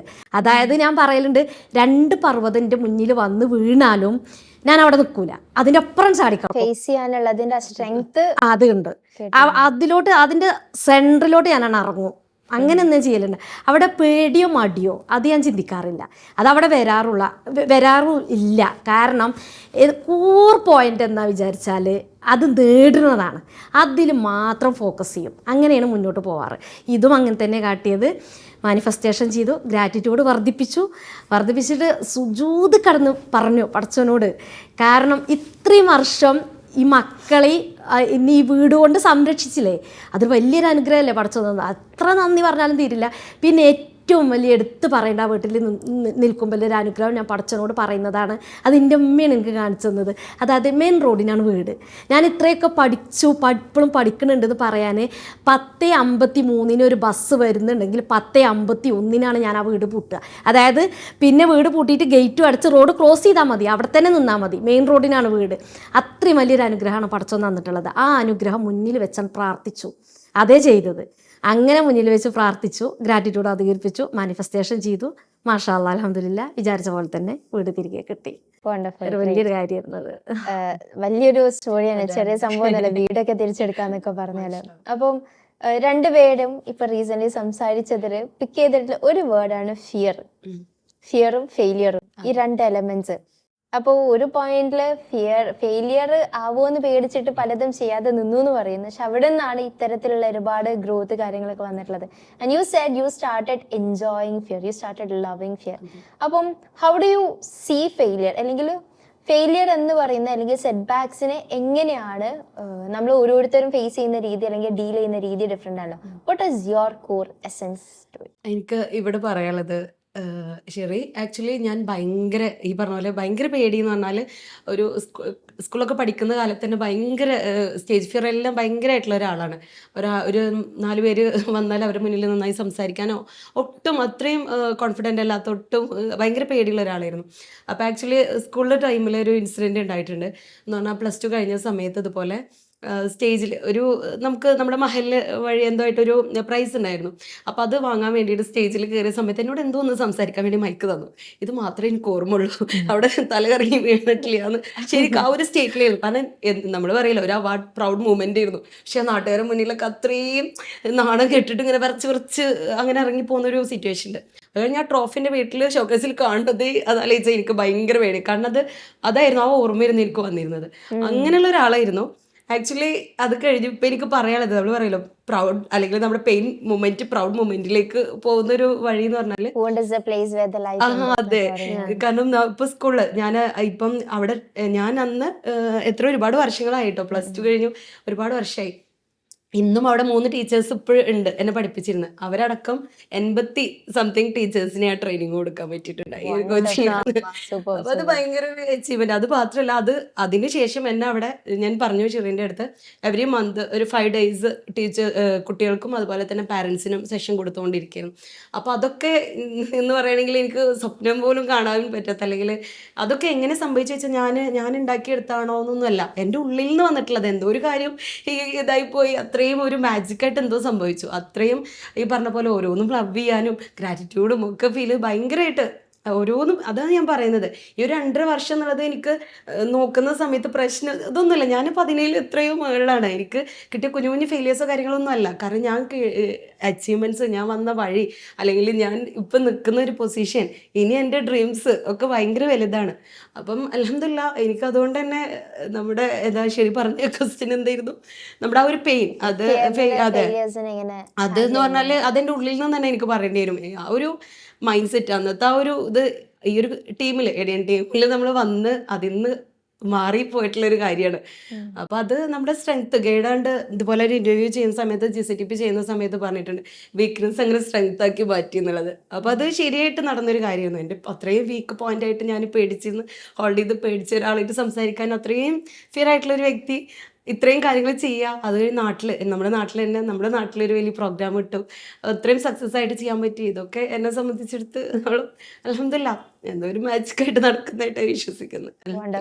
റബീബ മാമിന്റെ കേസിലേക്ക് വരാണെങ്കിൽ how do you handle failures, അല്ലെങ്കിൽ ഫെയിലിയറിനെ ഫിയർ ചെയ്യുന്ന ഒരു പോയിന്റ്സ് ഒന്നും ഈ ഒരു പേസിലേക്കുള്ള ഗ്രോത്ത് കാര്യങ്ങളൊക്കെ എങ്ങനെയാണ്? അത് ഈ പറഞ്ഞ പോലെ തന്നെ, റാഷി പറഞ്ഞ പോലെ തന്നെ, എങ്ങനെ വിചാരിച്ചാൽ ആദ്യമൊക്കെ പറഞ്ഞൊരു പേടിക്കുന്ന റബിയായിരുന്നു. ആരെങ്കിലും എന്തെങ്കിലും പറഞ്ഞാൽ പെട്ടെന്ന് എൻ്റെ മുഖം എന്താ പറയുക, ഒരു കനം വെക്കും. അങ്ങനെയാണ്, കരച്ചിൽ വരും. പക്ഷെ അവരുടെ മുമ്പിൽ കരയേണ്ട വിചാരിച്ചാൽ പിടിച്ചു നിൽക്കും. പിന്നെ പേടി നല്ലോണം ഉണ്ടായിരുന്നു. പിന്നെ ഈ പറഞ്ഞ പോലെ പഠനത്തിലോട്ട് ഇറങ്ങിയിട്ട് എനിക്ക് എന്നോടുള്ളൊരു ആത്മവിശ്വാസം കൂടിയിട്ട്, ശരിക്കും പറഞ്ഞാൽ സെൽഫ് ലവ് ആകാം അവിടെ കടന്നു വന്നത്. അങ്ങനെ പിന്നെ എന്നെക്കൊണ്ട് എന്തും പറ്റുന്നില്ലതൊരു കോൺഫിഡൻറ്റ് അങ്ങനെ കയറി കൂടിയിട്ട്, പിന്നെ ഈ ബുക്കുകളിലൂടെയൊക്കെ പോകുമ്പോഴും പഠിക്കുമ്പോഴും ആസ്വദിച്ച് പഠിക്കുമ്പോൾ ഇന്നും എനിക്ക് +1 പഠിച്ച ഹെലൻ കെല്ലറെ സ്റ്റോറി ഇന്നും ഓർമ്മയുണ്ട്. ദ ബെഗർ എന്ന് പറഞ്ഞ ആ സ്റ്റോറി ഇന്നും ഓർമ്മയുണ്ട്. ഇന്നും ഞാൻ ചോദിച്ചാൽ അതാരെ എഴുതിയെന്ന് വെച്ചാൽ ഗൈഡ് മോപ്പസിൻ്റെ എന്ന് ഞാൻ പറയും. ബെഗർ ഇത് ആരാന്ന് ചോദിച്ചാൽ അതൊക്കെ എനിക്ക് നല്ല ഓർമ്മയുണ്ട്. കാരണം ആസ്വദിച്ച് പഠിച്ചതായിരുന്നു അത്. അങ്ങനെയൊക്കെ പഠിച്ചപ്പോൾ പിന്നെ പരാജയം ഞാൻ അങ്ങനെ എടുക്കലില്ല. ഞാൻ അങ്ങനെ എന്തെങ്കിലും ഒരു സ്ട്രഗ്ലിങ് പീരീഡ് വരുമ്പോൾ ഞാൻ എൻ്റെ മൈൻഡിൽ തന്നെ ഞാൻ പറഞ്ഞൊരു വേർഡുണ്ട്, ഒളിഞ്ഞിരിക്കും ഞാനാര്. അതായത് അവിടെ ഒരു അനുഗ്രഹം ഉണ്ട്. എനിക്ക് തോന്നിയത് രണ്ടുപേരും ആ ഒരു ഫെയിലിയർ കാണുന്ന രീതി ഞങ്ങൾ ഒരുപോലെ അതിനേലും അപ്പുറത്തേക്കാണ്. അതെ അതെ. അപ്പോൾ അതെങ്ങനെ പറയും, ഞാൻ ഒളിഞ്ഞിരിക്കും ഞാനാര്. അപ്പോൾ പഠിച്ചവനെ അതിലൊരു അനുഗ്രഹം അവിടെ ഒളിപ്പിച്ച് വെച്ചിട്ടുണ്ട്. അത് എത്രയും പെട്ടെന്ന് കണ്ടുപിടിച്ച്, അതുള്ളൂ എൻ്റെ ഡ്യൂട്ടി. മറ്റേതിൻ്റെ ഡ്യൂട്ടിയല്ല. വിജയോ പരാജയോ എന്നാൽ നമ്മൾ പോകുന്നൊരു പാത്തുണ്ട്. അതുമായിട്ട് നമുക്ക് ഉള്ളിൽ വിശ്വാസമുണ്ടോ? അതായത് അതായിട്ട് മുന്നോട്ട് പോകാൻ തോന്നുന്നുണ്ടോ? അതായത് ഞാൻ എപ്പോഴും പറയും, പിന്മാറില്ല എന്ന് ഒരു വ്യക്തി തീരുമാനമെടുക്കുമ്പോൾ മാത്രമാണ് പരിശ്രമങ്ങൾ അവയുടെ പൂർണ്ണഫലങ്ങൾ അയാൾക്ക് വിട്ടുകൊടുക്കുന്നത്. പിന്മാറില്ല എന്നൊരു തോന്നൽ മാത്രം മതി, എന്തോ ആയിക്കോട്ടെ മുന്നോട്ട് പോവുക. നെവർ ഗിവിംഗ് അപ്പ് ആറ്റിറ്റ്യൂഡ് അല്ലേ? യാ വണ്ടർഫുൾ, ഗ്രേറ്റ്. നിങ്ങളുടെ രണ്ടുപേരുടെ കേസിൽ നോക്കുകയാണെന്ന് ഭയങ്കര, ഞാനും ഭയങ്കര ത്രിൽഡ് ആയിട്ടായിരിക്കുന്നു ഓരോ സ്റ്റോറീസ് കേൾക്കുന്ന സമയത്ത്. റിയൽ ലൈഫ് എക്സാമ്പിൾസ് ആണല്ലോ, നിങ്ങളുടെ ലൈഫിൽ നിന്ന് തന്നെ എടുത്തു തരുന്ന കുറെ കഥകളാണ്. അപ്പൊ അത് ഭയങ്കര രസമുണ്ട് കേട്ടിരിക്കാൻ. അപ്പം എനിക്ക് ചോദിക്കാനുള്ളത്, there are a lot of ladies out there, specially നമുക്കിപ്പോൾ കോച്ചിങ്, നിങ്ങൾ കോച്ചസ് ആണല്ലോ, അപ്പോൾ കോച്ചിങ്ങിലേക്ക് വരാണെങ്കിൽ തന്നെ കോച്ച് ആവണം എന്ന് ആഗ്രഹിക്കുന്നുണ്ട്. പക്ഷേ കോച്ചൊക്കെ ആവണമെങ്കിൽ കുറേ കാര്യങ്ങളൊക്കെ ചെയ്യണ്ടേ, എനിക്ക് വീട്ടിൽ നിന്ന് പുറത്തു പോകാനുള്ള സിറ്റുവേഷൻസ് പോലും ഇല്ല എന്നൊക്കെ പറയുന്ന പോയിന്റ് നിന്നാണ് ഓൾമോസ്റ്റ് 80% ഓൺലൈനിൽ മാത്രം ചെയ്തിട്ട് റാഷിയും നിയർലി 20 lakhs പോലും ഏൺ ചെയ്തിട്ടുള്ളത്. അപ്പൊ ദാറ്റ്സ് റിയലി അമേസിങ്. അത് ചെറിയ കാര്യമൊന്നുമില്ല. സ്വന്തമായിട്ട് കാർ എടുത്തെന്ന് പറയുന്നതും ഇതുപോലത്തെ ഒരുപാട് സംഭവങ്ങൾക്ക് പേഴ്സണലി സെറ്റ് ചെയ്തത്, മക്കളെ UAE കൊണ്ടുപോയത്, സ്വന്തമായിട്ട് ടിക്കറ്റും വിസയൊക്കെ സെറ്റ് ആക്കി എന്ന് പറയുന്നത് that's not a simple thing. ഒരുപാട് പേര് ആഗ്രഹിക്കുന്നത്, അറ്റ്ലീസ്റ്റ് ഉള്ളിൻ്റെ ഉള്ളിലെങ്കിലും ആരോട് പറഞ്ഞിട്ടില്ലെങ്കിലും ആഗ്രഹിക്കുന്ന ഒരു സംഭവമാണ്. അപ്പം how was that possible for you? And അങ്ങനെ ആഗ്രഹിക്കുന്നവർക്ക് റാഷിക്ക് എന്താണ് പറയാനുള്ളത്? What is your message? Actually ഇപ്പം എൻ്റെ അടുത്ത് കണക്ട് ചെയ്യുന്ന കുറേ പേരാണെങ്കിലും ഇപ്പം ഈ കുട്ടികളുടെ കാര്യം ചോദിക്കുക, അങ്ങനെയല്ല ഈ മക്കളെ വെച്ചിട്ട് എന്ത് ചെയ്യുക, അല്ലെങ്കിൽ മക്കളായിട്ട് ഇത് നടക്കും എന്നുള്ളതുണ്ട്. ആക്ച്വലി അതിൽ എനിക്ക് ഇന്ന തന്നെ എക്സാമ്പിൾ പറയാനുള്ളത്. കാരണം 5 മക്കളാണ്, അതും ഞാൻ പറഞ്ഞല്ലോ ട്വിൻസ് ആണ്, ചെറിയ 5 ആൺകുട്ടികളാണ്. അപ്പോൾ ശരിക്ക് ആ ഒരു ഇത്, കാരണം ഞാൻ ആക്ച്വലി ഇതിൽ വന്നതിന് ഞാൻ മുൻപ് സ്ട്രഗിൾ ചെയ്തൊക്കെ തന്നെയാണ് കേട്ടോ. ഞാനല്ലാതെ ആദ്യം ഞാൻ അങ്ങനെയൊന്നുമല്ല പറയുന്നത്. ഞാൻ ഇവർ എക്സാം ആകുമ്പോൾ ഉറക്കം കിട്ടാത്തൊരു ഉമ്മയായിരുന്നു ഞാൻ. ഒരുപാട് അത്യാവശ്യം എൻ്റെ പാരൻറ്റിക്ക് ഭയങ്കര ടഫായിട്ടുള്ളൊരു ആൾ തന്നെയായിരുന്നു. പക്ഷെ ഇതിൽ കഴിഞ്ഞതിന് ശേഷം എനിക്ക് വന്നൊരു ഷിഫ്റ്റ് എന്ന് പറഞ്ഞാൽ, ഞാൻ എന്താ പറയുക, ഞാൻ മാറി. മക്കളെ ഞാൻ മാറ്റാൻ വേണ്ടിയിട്ട് ഒരുപാട് ട്രെയിൻ കൊടുത്ത് ഞാൻ അവരെ കൂടെ ഒരുമിച്ച് പഠിക്കാൻ തുടങ്ങി. എൻ്റെ കൂടെ അവരെയും ഇരുത്തി പഠിപ്പിക്കുക. ഞങ്ങൾ ഒരുമിച്ചാണ് പഠിക്കുക. ഒരു വലിയ ടേബിള് ഞങ്ങളെല്ലാവരും ഒരുമിച്ച് ചുറ്റിരുന്ന പഠിക്കുക. ഞാൻ ഏറ്റവും ഇപ്പം ഞാൻ പറയുന്നത്, ഞാൻ അൽഹംദുലില്ലാ നല്ല അണ്ടർസ്റ്റാൻഡിങ് മക്കൾ തന്നതിനാ. കാരണം ഞാൻ എപ്പോഴും അതാ പറയും. ഞാൻ ഒരിക്കലും എൻ്റെ മക്കളെ ചോദിക്കും, മക്കളെ വെച്ച് എങ്ങനെ ഞാൻ ഭയങ്കര ഗ്രേറ്റ്ഫുൾ. എനിക്ക് അത്രയും ബ്ലെസ്, ഞാൻ പറഞ്ഞല്ലോ റെസ്പോൺസിബിലിറ്റീസിൽ നിന്ന് ആ ഒരു ബ്ലെസ്സിങ് ഇതിലേക്ക് മാറി. അത്രയും എൻ്റെ മക്കൾ അത്രയും സെക്ഷനിതേ എടുക്കുന്ന പോലെ തന്നെ ഞാൻ സ്ട്രഗിൾ ചെയ്തിട്ടുണ്ട്. ഈ പറഞ്ഞ പോലെ 5 മക്കളാണെന്ന് ഒരാൾ ഹെൽപ്പിനൊന്നുമില്ല. ഇപ്പം എനിക്കൊരു ഹെൽപ്പിന് അൽഹംദുലില്ലാ ഒരു ഇത്തുണ്ട്. ആ ഇത്തയുടെ ഹെൽപ്പ് അത്രയും വലിയൊരു കാര്യമാണ്. ആ ഇത്ത വന്നു. അതൊക്കെ ഞാൻ എൻ്റെ പർപ്പസിലേക്ക് കടന്നപ്പോൾ തന്നെ ഞാനത് റബ്ബായിട്ട് എത്തിച്ചെന്ന് തന്നെ പറയുള്ളൂ. അത് എനിക്ക് ഈസി ആയിട്ടുണ്ടായി അവിടെ. അതുപോലെ തന്നെ എൻ്റെ മൂത്ത മോനാണ്. ഞാൻ ഈ ഓഫ്ലൈൻ സെഷൻസ് ഒക്കെ നോക്കുമ്പോൾ അവനാണ് അവൻ്റെ മൈക്ക് കാര്യങ്ങൾ എല്ലാം കുറേ. അതുപോലെ എൻ്റെ പോസ്റ്റ് കാര്യങ്ങളൊക്കെ ചെയ്യുന്നത് അവനാണ്.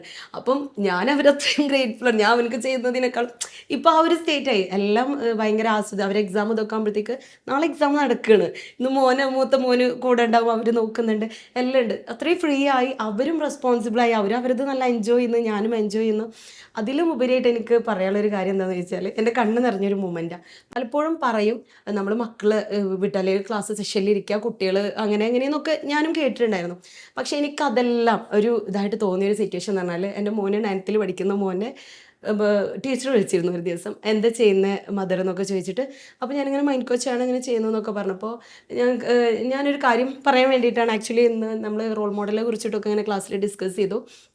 അപ്പോൾ ജസ്സിൽ ഭയങ്കര ഡിഫറെൻ്റ് ആയിട്ട്, കാരണം ഒരു ആൺകുട്ടിയാണ്, 8th ക്ലാസ്സിലാണ്, 9th പഠിക്കുന്നതാണ്. അപ്പം റൊണാൾഡോ ഇങ്ങനെയൊക്കെ ബോയ്സ് പറയുന്നത് my mother is my role model എന്ന് പറഞ്ഞു. എനിക്ക് ഭയങ്കര അപ്പം കണ്ണ് നിറഞ്ഞു. ടീച്ചർ പറഞ്ഞു പോകുമ്പോൾ എനിക്ക് കണ്ണിന്ന് ഇങ്ങനെ വെള്ളം. കാരണം ഒരിക്കലും ഞാൻ അവനെ എക്സ്പെക്റ്റ് ചെയ്തിട്ടില്ല. പക്ഷേ മനസ്സിലായി, അവന് ഫുൾ എന്നെ വാച്ച് ചെയ്തുകൊണ്ടിരിക്കുക.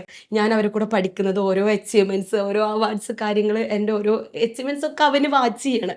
ആക്ച്വലി ഞാൻ അവർക്ക് ഓരോന്ന് പറയുന്നില്ല. ശരിക്കും അവർ നമ്മൾ റോൾ മോഡൽ എന്ന് പറയുമ്പോൾ നമ്മളെപ്പോഴും മക്കൾക്ക് ഓരോന്ന് കൊടുത്തിട്ട്, അല്ലെങ്കിൽ നമ്മൾ സ്ട്രഗിൾ ചെയ്യുക, അല്ലെങ്കിൽ അവരെ പഠിപ്പിച്ചത് എന്നല്ല, നമ്മളായിട്ടിരിക്കുക, അവർ ആ ഒരു ഫ്ലോയിലൂടെ പോവുക. ശരിക്കും അവർ നമ്മളെ വാച്ച് ചെയ്യാണ്, എങ്ങനെ വേണ്ടതെന്ന് അവർ നമ്മളിലൂടെ പഠിക്കുന്നത്. അവിടെ നമ്മൾ എന്ന ആളിലാണ് ആ ഒരു ചേഞ്ച് വരേണ്ടത്.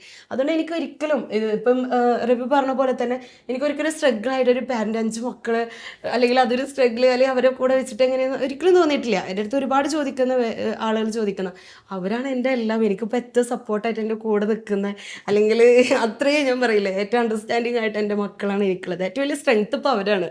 സോ എനിക്കതുകൊണ്ട് തന്നെ ഞാൻ അത്രയും ബ്ലെസ്ഡ് ആണ് ആ ഒരു കാര്യത്തിൽ. അൽഹംദുലില്ലാ. നോർമലി സേ നമ്മള് റിലേഷൻഷിപ്പ് മ്യൂച്വൽ ഗ്രോത്ത് ഉണ്ടാവുന്ന സമയത്താണ് അത് ഏറ്റവും അടിപൊളിയായിട്ട് നമുക്ക് കൊണ്ടുപോകാൻ പറ്റുക പറയും. അപ്പൊ when it comes to parent child roles അവിടെയും വേണ്ടത് ഇതാണ് മ്യൂച്വൽ ഗ്രോത്ത്. നമ്മൾ എനിക്ക് തോന്നുന്നു പലപ്പോഴും ചില സമയത്ത് നമുക്കും അറിയില്ല, കാരണം എല്ലാവരും പഠിപ്പിക്കപ്പെട്ടിട്ടുള്ള ശൈലിയാണല്ലോ ഫോളോ ചെയ്യുന്നത്. പലപ്പോഴും പാരന്റിംഗിൽ കോൺസ്റ്റന്റ് പ്രശ്നങ്ങൾ വരാനുള്ള ഒരു റീസൺ അഡ്വൈസ് മാത്രം ഒരു സൈഡിലേക്ക് പോയി കൊടുക്കുമ്പോൾ they don't know what to do. കാരണം അവർ കണ്ടു പഠിക്കുന്നത് ഒന്നാണ്, എസ്പെഷ്യലി ചെറിയ മക്കളൊക്കെ ആകുമ്പോൾ. പിന്നെ അവർ ഫോളോ ചെയ്യുന്നത് അവർ തന്നെ കൺഫ്യൂഷനിലാണ് what to do and what not. അപ്പൊ അതിനുള്ള ഒരു ബെസ്റ്റ് എക്സാമ്പിൾ ആണ് റാഷിബ പറഞ്ഞത്.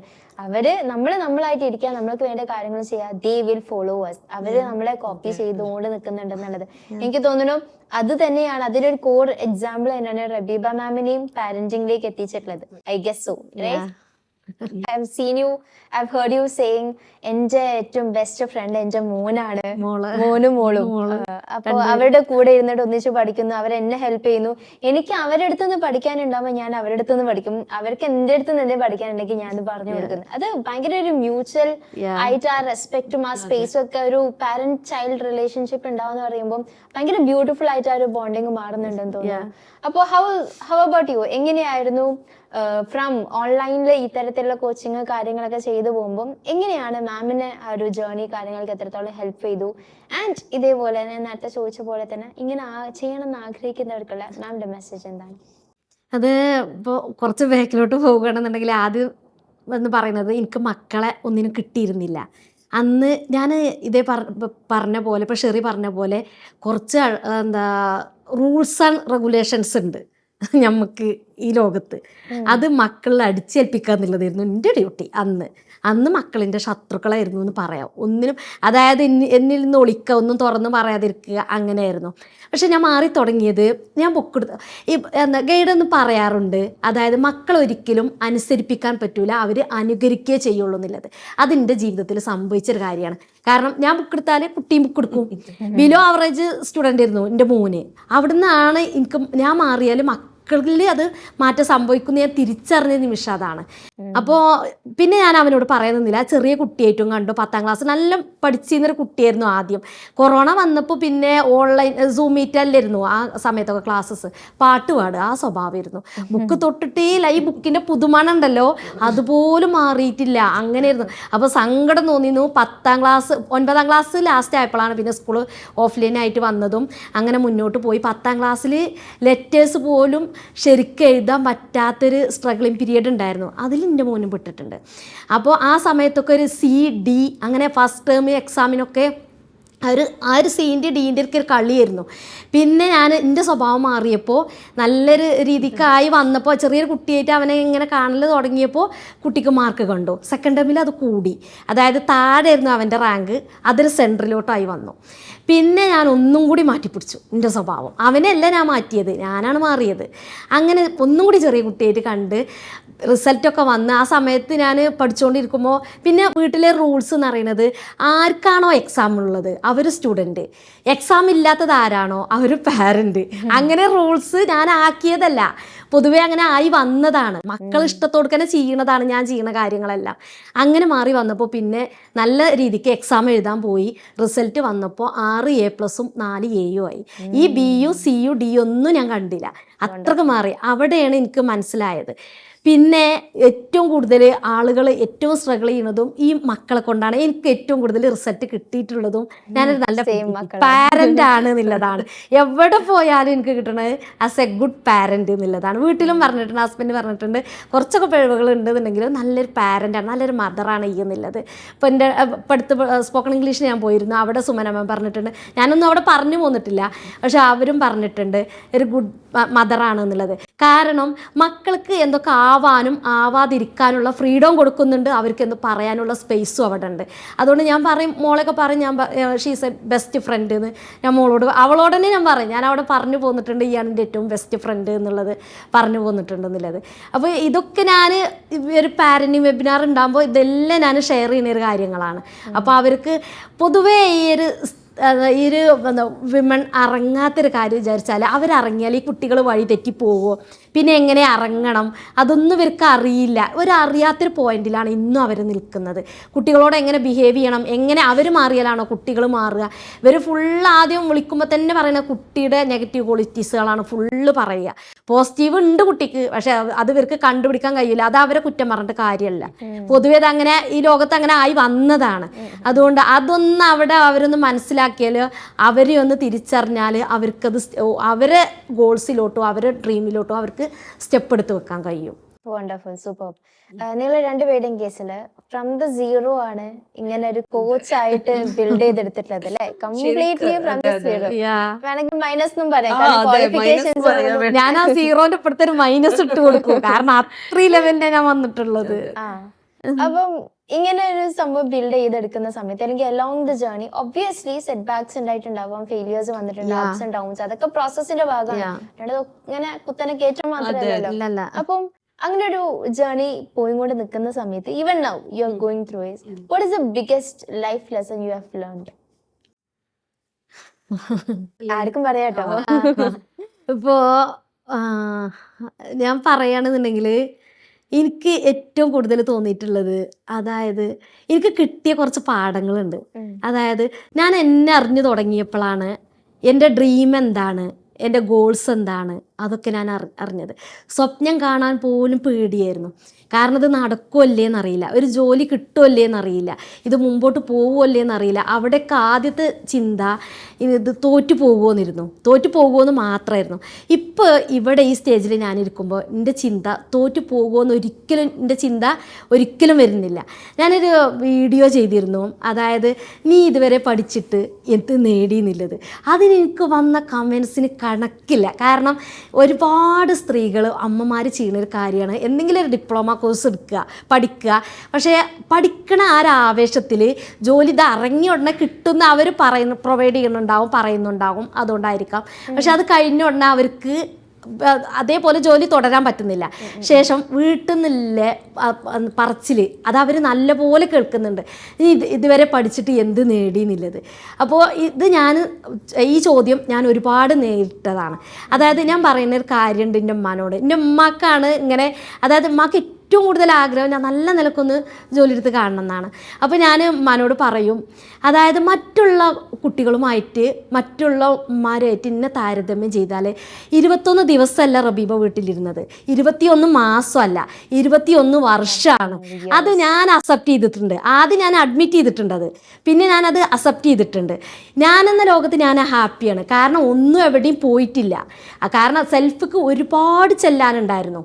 ഒരു കമ്മ്യൂണിക്കേഷൻ ഇല്ലാത്തതാണ്. അതായത് ഹസ്ബൻഡിൻ്റെ വീട്, എൻ്റെ വീട്, ഒരു ഹോസ്പിറ്റൽ കേസസ് വരുമ്പോൾ അത്, പിന്നെ വല്ലപ്പോഴും പോണ ടൂറ്, ഇതുള്ളൊരു പുറം ലോകം, വേറെ ആരുമായിട്ടൊരു കമ്മ്യൂണിക്കേഷനും കാര്യങ്ങളും ഒന്നുമില്ല. അതുകൊണ്ട് സെൽഫിക്ക് ചെല്ലാൻ നല്ലപോലെ ഉണ്ടായിരുന്നു. അപ്പോൾ ഞാനെന്ന ലോകത്ത് ഈ ജേണിയിലൂടെ പോകുമ്പോൾ ഞാൻ ഹാപ്പിയാണ്. പക്ഷേ മറ്റുള്ളവരുമായിട്ട് എന്നെ കമ്പയർ ചെയ്ത് നോക്കുമ്പോൾ ഞാൻ ഇങ്ങനെ കോച്ചായല്ലോ, ഇങ്ങനെ പഠിച്ചല്ലോ, അക്കൗണ്ടിങ് പഠിച്ചല്ലോ, MS ഓഫീസ് കഴിഞ്ഞല്ലോ, ഇങ്ങോട്ട് ഒരു ജോലിയിലെത്താൻ പറ്റിയില്ലല്ലോ. കാരണം അടുത്തത് പഠിക്കേണ്ടത് എന്താണെന്നുള്ളത് എൻ്റെ മുമ്പിൽ ശരിക്കും ക്ലാരിറ്റി ഉണ്ട്. അതുമായിട്ടാണ് ഞാൻ മുന്നോട്ട് പോണത്. അപ്പോൾ ഇതിൽ ഇന്നെ കൂടുതൽ ഒന്നും പറയാത്തതെന്ന് പറഞ്ഞാൽ, പിന്നെ ഞാൻ പറയുന്നത് എൻ്റെ ബ്രദേഴ്സ്, അവരെനിക്ക് ഒഴിഞ്ഞു വിട്ട് നിൽക്കുക. ഹസ്ബൻഡൊന്നും പറയലില്ല, ബ്രദേഴ്സും അതേപോലെ തന്നെ മക്കളും. അപ്പോൾ ഞാനെപ്പോഴും പറയുന്നൊരു കാര്യമാണ്, ലോകം അംഗീകരിച്ചേ പറ്റൂ. റബീബ 21 വർഷം വീട്ടിലിരുന്നതാണെന്നും ഞാൻ അടിച്ചേൽപ്പിക്കുകയല്ല, കാരണം ഞാനത് അംഗീകരിച്ചതാണ്. അതായത് 21 വർഷം വീട്ടിലിരുന്നതാണെന്നും റബീബാൻ്റെ സെൽഫിലോട്ട് ചെല്ലാനുണ്ടെന്നും എന്നിട്ടുള്ളത് പുറത്തോട്ടുള്ള റിഫ്ലക്ഷനായി തീരുക എന്നുള്ളതും. അതുവരെ വേസ്റ്റ് അല്ല. കാരണം അതെ, ഞാൻ പറയാം 21 വർഷം എവിടെ പോയി എന്ന് ചോദിച്ചു ചിലരിനോട്. ഞാൻ പറയാം എനിക്കതിൽ ജീവിതത്തിൽ ഒരുപാട് പഠിക്കാനുണ്ടായിരുന്നു. അതെ, അങ്ങനെ അതെ. അതുകൊണ്ടല്ലേ എനിക്ക് എവിടെ ചെല്ലുമ്പോൾ എൻ്റെ ജേണി പറയാനുള്ളത്. എവിടെ ഇപ്പോൾ ഞാൻ ലാസ്റ്റ് എൻ്റെ നാട്ടിലൊരു ക്ലാസ് എടുത്തു. ഇപ്പോൾ കഴിഞ്ഞ മാസം PKM UP സ്കൂളിൽ ആ ക്ലാസ് എടുത്തപ്പോൾ ഒരു സ്റ്റോറി പോലെ ഞാൻ തുടങ്ങിയത്. എൻ്റെ ജേണിയും മക്കളെ ജേണിയൊക്കെ വെച്ചിട്ട് അത് അങ്ങനെ പോയത്. ലാസ്റ്റ് അവസാനിപ്പിച്ചതും സ്റ്റോറി അവസാനിപ്പിക്കുക എന്ന് പറഞ്ഞിട്ട് ഇരുന്നത്. അവിടെ ടീച്ചേഴ്സ് പാരൻസ് ഒക്കെ നല്ല രീതിക്ക് കേട്ടിരുന്നൊരു സ്റ്റോറി ആയിരുന്നത്. കാരണം ഒന്നും പോയിട്ടില്ല. കാരണം കുറേ അനുഭവങ്ങൾ കിട്ടാനുണ്ടായിരുന്നു. ഇപ്പോൾ ലാസ്റ്റ് ഞാൻ പഠിച്ചത് കാരണം വീട്ടുകാർക്ക് ഒറ്റ പ്രശ്നമുള്ളൂ, പഠിപ്പ് നിൽക്കുന്നില്ല. അപ്പോൾ ഞാൻ പറയും, ഞാൻ മരണം വരും ചിലപ്പോൾ ഞാനൊരു സ്റ്റുഡൻ്റ് ആയിട്ടേ മുന്നോട്ട് പോകുന്നില്ലത്. കാരണം എനിക്ക് പഠിച്ച് മതിയാവുന്നില്ല.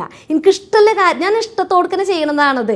അതായത് ഒരു അസൈൻമെൻറ്റ് എഴുതുകയാണെന്നുണ്ടെങ്കിൽ പുലർച്ചെ 2:40 എന്നെ കൊണ്ട് എണീക്കാൻ കഴിയും, അല്ലെങ്കിൽ 3:30 എണീക്കാൻ കഴിയും. ഞാനിരുന്ന് എഴുതും. ഒരു ഡോക്ടറെ കൺസൾട്ടിങ്ങിന് പോവുകയാണെന്നുണ്ടെങ്കിൽ 3 മണിക്കൂർ വെയിറ്റിംഗ് വന്നു. അവിടെ ഞാൻ ഒരു പ്രസൻറ്റേഷൻ ഇംഗ്ലീഷിൽ ഞാൻ തയ്യാറാക്കി. ഇപ്പോൾ കഴിഞ്ഞ ലാസ്റ്റ് വീക്കിൽ ഞാൻ ചെയ്തൊരു കാര്യമാണത്. അവിടെ ഇന്നാരെങ്കിലും ശ്രദ്ധിക്കണോ എന്നുള്ളത് അതിൻ്റെ മാറ്ററല്ല, അത് ഞാൻ നോക്കേണ്ട ആവശ്യമല്ല. ഞാനിങ്ങനെ ഒരു ചെയറിലിരുന്നു, ഒരു സ്റ്റൂളിൽ ബാഗ് ഇങ്ങനെ വെച്ചു, അതിന് ബുക്ക് പുറത്തെടുത്തു, ഞാൻ എഴുതി. എനിക്ക് എഴുതാലത് എഴുതി. എൻ്റെ സമയം അവിടെ വേസ്റ്റ് ആയിട്ടില്ല. ഞാൻ എവിടെ ചെന്നാലും നോക്കുക എൻ്റെ സമയം വേസ്റ്റ് ആവുമോ, അതെങ്ങനെ ഉപയോഗപ്പെടുത്താമെന്നാണ്. അതേ മാക്സിമം ഉപയോഗപ്പെടുത്തലുണ്ട്. അപ്പോൾ എങ്ങനെ വിചാരിച്ചാൽ എങ്ങനെ പറയാ, മാക്സിമം ആദ്യം നമ്മളെ അറിഞ്ഞാലേ നമ്മളെ ഡ്രീംസ് എന്താണ്, നമ്മളെ ഗോൾസ് എന്താണ്, അതൊക്കെ ലൈഫിലൊരു ക്ലാരിറ്റി കിട്ടിയാലേ മുന്നോട്ട് പോകാൻ കഴിയൂ.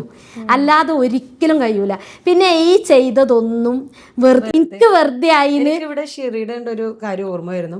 ഷെറി ഇങ്ങനെ ഏതോ ഒരു സെഷനിലാണ് പറഞ്ഞൊരു വേർഡ് കേട്ടോ, എന്ന് പറഞ്ഞാല് നമ്മുടെ ലൈഫ് എന്ന് പറഞ്ഞാൽ ആ ഒരു ഇത് പറയില്ലേ, ഗ്രാഫ് പിന്നെ അതുപോലെ ആ ഒരു ഇഞ്ചക്ഷന്റെ സ്റ്റോറി പറഞ്ഞു. നമ്മളത് ഇഞ്ചക്ഷൻ എന്തായാലും ഒരു അസുഖകാരി വരുമ്പോൾ ആ ഇഞ്ചക്ഷൻ ഉറപ്പായിട്ട് നമുക്ക് എടുത്താലേ ഇതാവുള്ളൂ. അപ്പൊ നമ്മൾ ചിലപ്പോൾ ഭയങ്കര അത് പേടിച്ചിട്ട് കുറെ ഇങ്ങനെ സ്ട്രഗിൾ ചെയ്ത കാര്യം നടന്നു പോകണം. അവിടെ കൂളായിട്ട് ഇരുന്നാല് അത് എന്തായാലും അത് സംഭവിക്കും. അപ്പൊ അതുപോലെ നമ്മുടെ ലൈഫിൽ ചിലപ്പോൾ വരാനുള്ളതൊക്കെ അത് നടന്നു പോകേണ്ടതാണ്. നമ്മൾ ഒരുപാട് സ്ട്രഗിളോ കാര്യങ്ങളോ എടുക്കണ്ട. എന്തായാലും എല്ലാം നമ്മളെ കയ്യിലും ഇല്ലല്ലോ. അപ്പൊ നമുക്ക് എല്ലാത്തിലും നമ്മൾ ആ ഒരു ഏതിലും ഒരു ബ്ലെസ്സിങ് ആയിട്ടുള്ള ഒരു reason, everything happens four A blessed reason എന്ന് പറയുന്ന പോലെ ആ ഒരു മൈൻഡ് നമ്മൾ കീപ്പ് ചെയ്യുക എപ്പോഴും. എന്ത് കാര്യം വരികയാണെങ്കിലും കുറച്ച് നമുക്ക് ആ തവക്കല് വേണം. ഭയങ്കരമായിട്ട് ആ തവക്കല് നമുക്കൊരു അത്യാവശ്യമുള്ള കാര്യം തന്നെയാണ്. അത് ഭയങ്കരമായിട്ട് നമുക്ക് എല്ലാവർക്കും കിട്ടേണ്ട ഒരു കാര്യമാണ്. ആ ഒരു കാര്യം കിട്ടിയാൽ തന്നെ നമുക്ക് എല്ലാം ആ ഒരു ഫ്ലോയില് ഇതിലൊരു സംഭവം എന്താന്ന് വെച്ചാല്, it's easy when we say okay injection വെക്കുമ്പോ കൈ വെച്ച് കൊടുക്കാന്ന് ഈസി. പക്ഷെ ചില ആളുകൾക്ക് for people who fear that pain, അവർക്ക് അതൊന്ന് വിഡ്രോ ചെയ്യാന്നുള്ളത് അവർക്ക് മുന്നിലൊരു സംഭവമായിട്ട് നിൽക്കുന്നുള്ളൂ. അപ്പൊ അവിടെയാണ് നേരത്തെ റബീബ മാം ഒക്കെ പറഞ്ഞത്, നമ്മൾ സെൽഫിനെ അറിഞ്ഞ് എലവേറ്റ് ചെയ്ത് ഇവോൾവ് ചെയ്ത്. And I guess that's where a coach is very important അല്ലേ. ഇതിലൊരു കാര്യം പറയണ്ടോ, പിന്നെ ഇത് പറഞ്ഞപ്പോഴാണ് ഞാൻ ഏറ്റവും കൂടുതൽ ലൈഫിൽ നേരിട്ടൊരു കാര്യമാണ് ഈ 21 വർഷം നിന്നിട്ട് ഇംഗ്ലീഷ് അത് സ്പീക്ക് ചെയ്യാന്നുള്ളത്. പക്ഷെ ഇപ്പൊ ഞാനത് ഓവർകം ചെയ്തു വന്നു. ഇപ്പൊ ഇനി ഞാൻ പറയണ ഞാൻ ഈ ലോകത്തിലോട്ട് ഇറക്കാൻ നിൽക്കുന്ന ഒരു കാര്യമാണ് എങ്ങനെ വീട്ടമ്മമാർക്ക് ഇംഗ്ലീഷ് പറഞ്ഞു തുടങ്ങാം എന്നുള്ളത്. ഞാൻ ആ ഇൻസ്റ്റിറ്റ്യൂട്ടിൽ നിന്ന് പറഞ്ഞു പോകുന്നൊരു കാര്യമാണ്, നിങ്ങൾ അവരെ പഠിപ്പിക്കുകയുള്ളൂ ചെയ്യുക. കാരണം ഒരുപാട് വീട്ടമ്മമാർ ബിരുദാനന്തര ബിരുദം കഴിഞ്ഞിട്ട് ഈ ഒരു പേടിയിൽ അവിടെ സ്റ്റോപ്പാണ് അവരെ ലൈഫ്. എൻ്റെ കുടുംബത്തിലുണ്ട്, എൻ്റെ വീട്ടിലുണ്ട്, അവർ ഓൺലൈനിലൊക്കെ പോയി അറ്റൻഡ് ചെയ്യുന്നുണ്ട്, ഇതേമാതിരി ഓരോ ഇൻസ്റ്റിറ്റ്യൂട്ടിൽ പോയി അറ്റൻഡ് ചെയ്യുന്നുണ്ട്. പക്ഷെ അവർക്ക് സംസാരിക്കാൻ കഴിയണില്ല. ഇവർ കൊടുക്കാത്ത പ്രശ്നമല്ല, നല്ല ടീച്ചേഴ്സിൻ്റെ അടുത്ത് പോകുന്നുണ്ട്. പക്ഷെ അവിടെ ഞാൻ നേരിട്ട് കുറച്ച് പ്രശ്നമുണ്ട്. അതായത് ഞാൻ എന്തോ ഈ ലോകത്തിലോട്ട് ഇറക്കിയിട്ടുള്ളൊരു കാര്യമാണ്, എൻ്റെ പ്രോബ്ലം എന്താണോ അതിൽ ഞാൻ നേരിട്ട് എനിക്ക് കിട്ടിയ സൊല്യൂഷൻ എന്താണോ അതാണ്. ഇതിൽ ഞാൻ ഏറ്റവും നേരിട്ടൊരു പ്രശ്നമായിരുന്നു ഈ ഒരു ഇംഗ്ലീഷ്. അതിപ്പോൾ ഞാനിപ്പോൾ ഇന്നൊക്കെ സെൽഫ് ഇൻട്രൊഡക്ഷൻ പറയണമെന്നുണ്ടെങ്കിൽ ഞാൻ ഈസി ആയിട്ട് പറയും. അതൊരു ബ്ലോക്കായിരുന്നു എനിക്ക്. ഇപ്പോൾ ഞാനത് ഈസി ആയിട്ട് പറയും. കാരണം ഞാൻ പറയുന്നൊരു കാര്യമാണ് എങ്ങനെ വീട്ടമ്മമാർക്ക് ഇംഗ്ലീഷ് പഠിച്ചു തുടങ്ങാമെന്നുള്ളത് ഞാൻ എന്തായാലും ഇറക്കുന്നില്ലത്. കാരണം ഞാൻ ആദ്യം ഈ സമയത്ത് മഞ്ചേരിയിലാണ് ഇപ്പോൾ പോയിരുന്നത്. ലാസ്റ്റ് വരെ ക്ലാസ് ഉണ്ടായിരുന്നു, സർട്ടിഫിക്കറ്റ് കിട്ടി, അങ്ങനെ 10ാമത്തെ സർട്ടിഫിക്കറ്റ് നേടി. അങ്ങനെ ആ സമയത്ത് ആദ്യത്തെ ആഴ്ചയും 2ാമത്തെ ആഴ്ചയും ഇവർ പറയുന്നൊരു കാര്യമുണ്ട്, പറ ഞാനെന്ത് പറയണു, എനിക്കെന്ത് പറയാൻ അറിയണത്. അവിടെ സ്റ്റക്കായി. മക്കളോട് ഞാൻ ഷെയർ ചെയ്ത് തുടങ്ങി.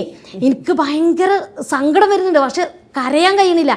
ആ സമയത്ത് ഞാൻ ആലോചിച്ചത് 21 വർഷം എന്തെങ്കിലും ടച്ച് ഉണ്ടായിരുന്നെങ്കിൽ എനിക്ക് ഇത്ര ഒരു അനുഭവിക്കേണ്ടി വരില്ലായിരുന്നു എന്നുള്ളത്. പിന്നെ ഞാനത് ആ ചിന്തന ഒഴിവാക്കി. അതത്ര നല്ലതല്ല.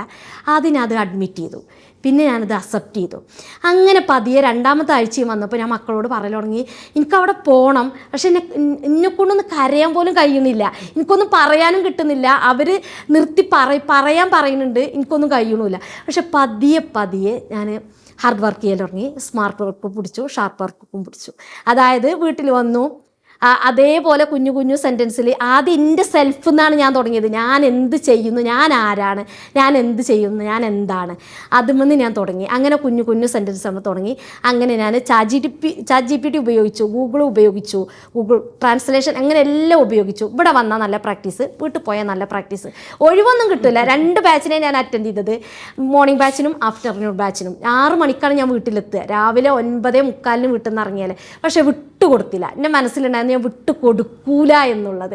ഇതെനിക്കൊന്ന് എന്തായാലും ഇതൊന്ന് ഇറങ്ങി പഠിക്കണം എന്നുള്ളതൊരു വലിയ ആഗ്രഹം തന്നെയായിരുന്നു. അങ്ങനെ പോയി ഒരു മാസത്തിലപ്പുറം എങ്ങനെയാലും പോയി.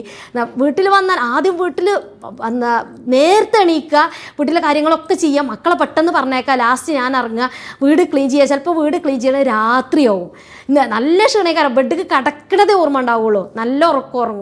പക്ഷെ എന്നാലും ഞാൻ വിട്ടു കൊടുക്കാതെ അവിടെ പോയി അവസാനം പ്രസൻറ്റേഷനിൽ എനിക്ക് ഫസ്റ്റ് കിട്ടൽ തുടങ്ങി, ഞാൻ മെച്ചപ്പെടൽ തുടങ്ങി. ടെക്നിക്ക് വെച്ച് അവർ മലയാളത്തിൽ പറയുമ്പോൾ ട്രാൻസ്ലേഷൻ ഞാൻ സ്പീഡിൽ പറയൽ തുടങ്ങി.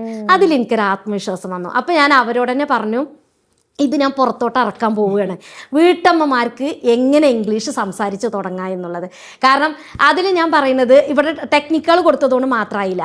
അതായത് എൻ്റെ അടുത്ത് മൈൻഡ് പവർ ഉണ്ട്. ഇതെങ്ങനെ കോൺഷ്യസ് മൈൻഡിൽ നിന്ന് സബ് കോൺഷ്യസ് മൈൻഡിലോട്ട് എങ്ങനെ ഇത് കടത്താം, എങ്ങനെ ഇത് പ്രാക്ടീസ് ചെയ്ത് കടത്താം. അതായത് ഞാൻ അവിടെ പ്രസൻറ്റേഷൻ ചെയ്തിരുന്നു. അപ്പോൾ ഞാൻ അവരോട് പറഞ്ഞൊരു കാര്യമായിരുന്നു, നമ്മൾ വാഷ്റൂം പോയാൽ ബ്രഷ് എടുക്കുന്നു, പേസ്റ്റ് എടുക്കുന്നു, നമ്മൾ പറയുന്നുണ്ടോ? ഇല്ലല്ലോ, ഇത് ഓട്ടോമാറ്റിക്കലി വരുന്നല്ലേ. അതുപോലെ ഓട്ടോമാറ്റിക്കലി വരേണ്ട ഒരു കാര്യമാണ് ഇംഗ്ലീഷ്. പിന്നെ എനിക്ക് ഇഷ്ടം എന്ന് പറഞ്ഞാൽ പൊളൈറ്റായിട്ട് സംസാരിക്കാൻ, ഇത്രയും വിനയം, ഗ്രൗണ്ടഡ് ആയിട്ട് ഒരു ഭാഷ ഉണ്ടെന്നുണ്ടെങ്കിൽ അത് ഇംഗ്ലീഷാണ്. അത്രയും ഞാൻ അതിനെ ഇഷ്ടപ്പെടൽ തുടങ്ങി. അതെ, അത്രയും ഇഷ്ടപ്പെടൽ തുടങ്ങി. റബീബ മാമിന്റെ കേസിൽ വേറെ രസം എന്താണെന്ന് വെച്ചാൽ പറയുമ്പോൾ തന്നെ മനസ്സിലാവില്ല ഇത്രത്തോളം ലേണിങ്ങിന് ഇത്രത്തോളം ഇഷ്ടപ്പെട്ടു. അതാണ് സംഭവിച്ചത്.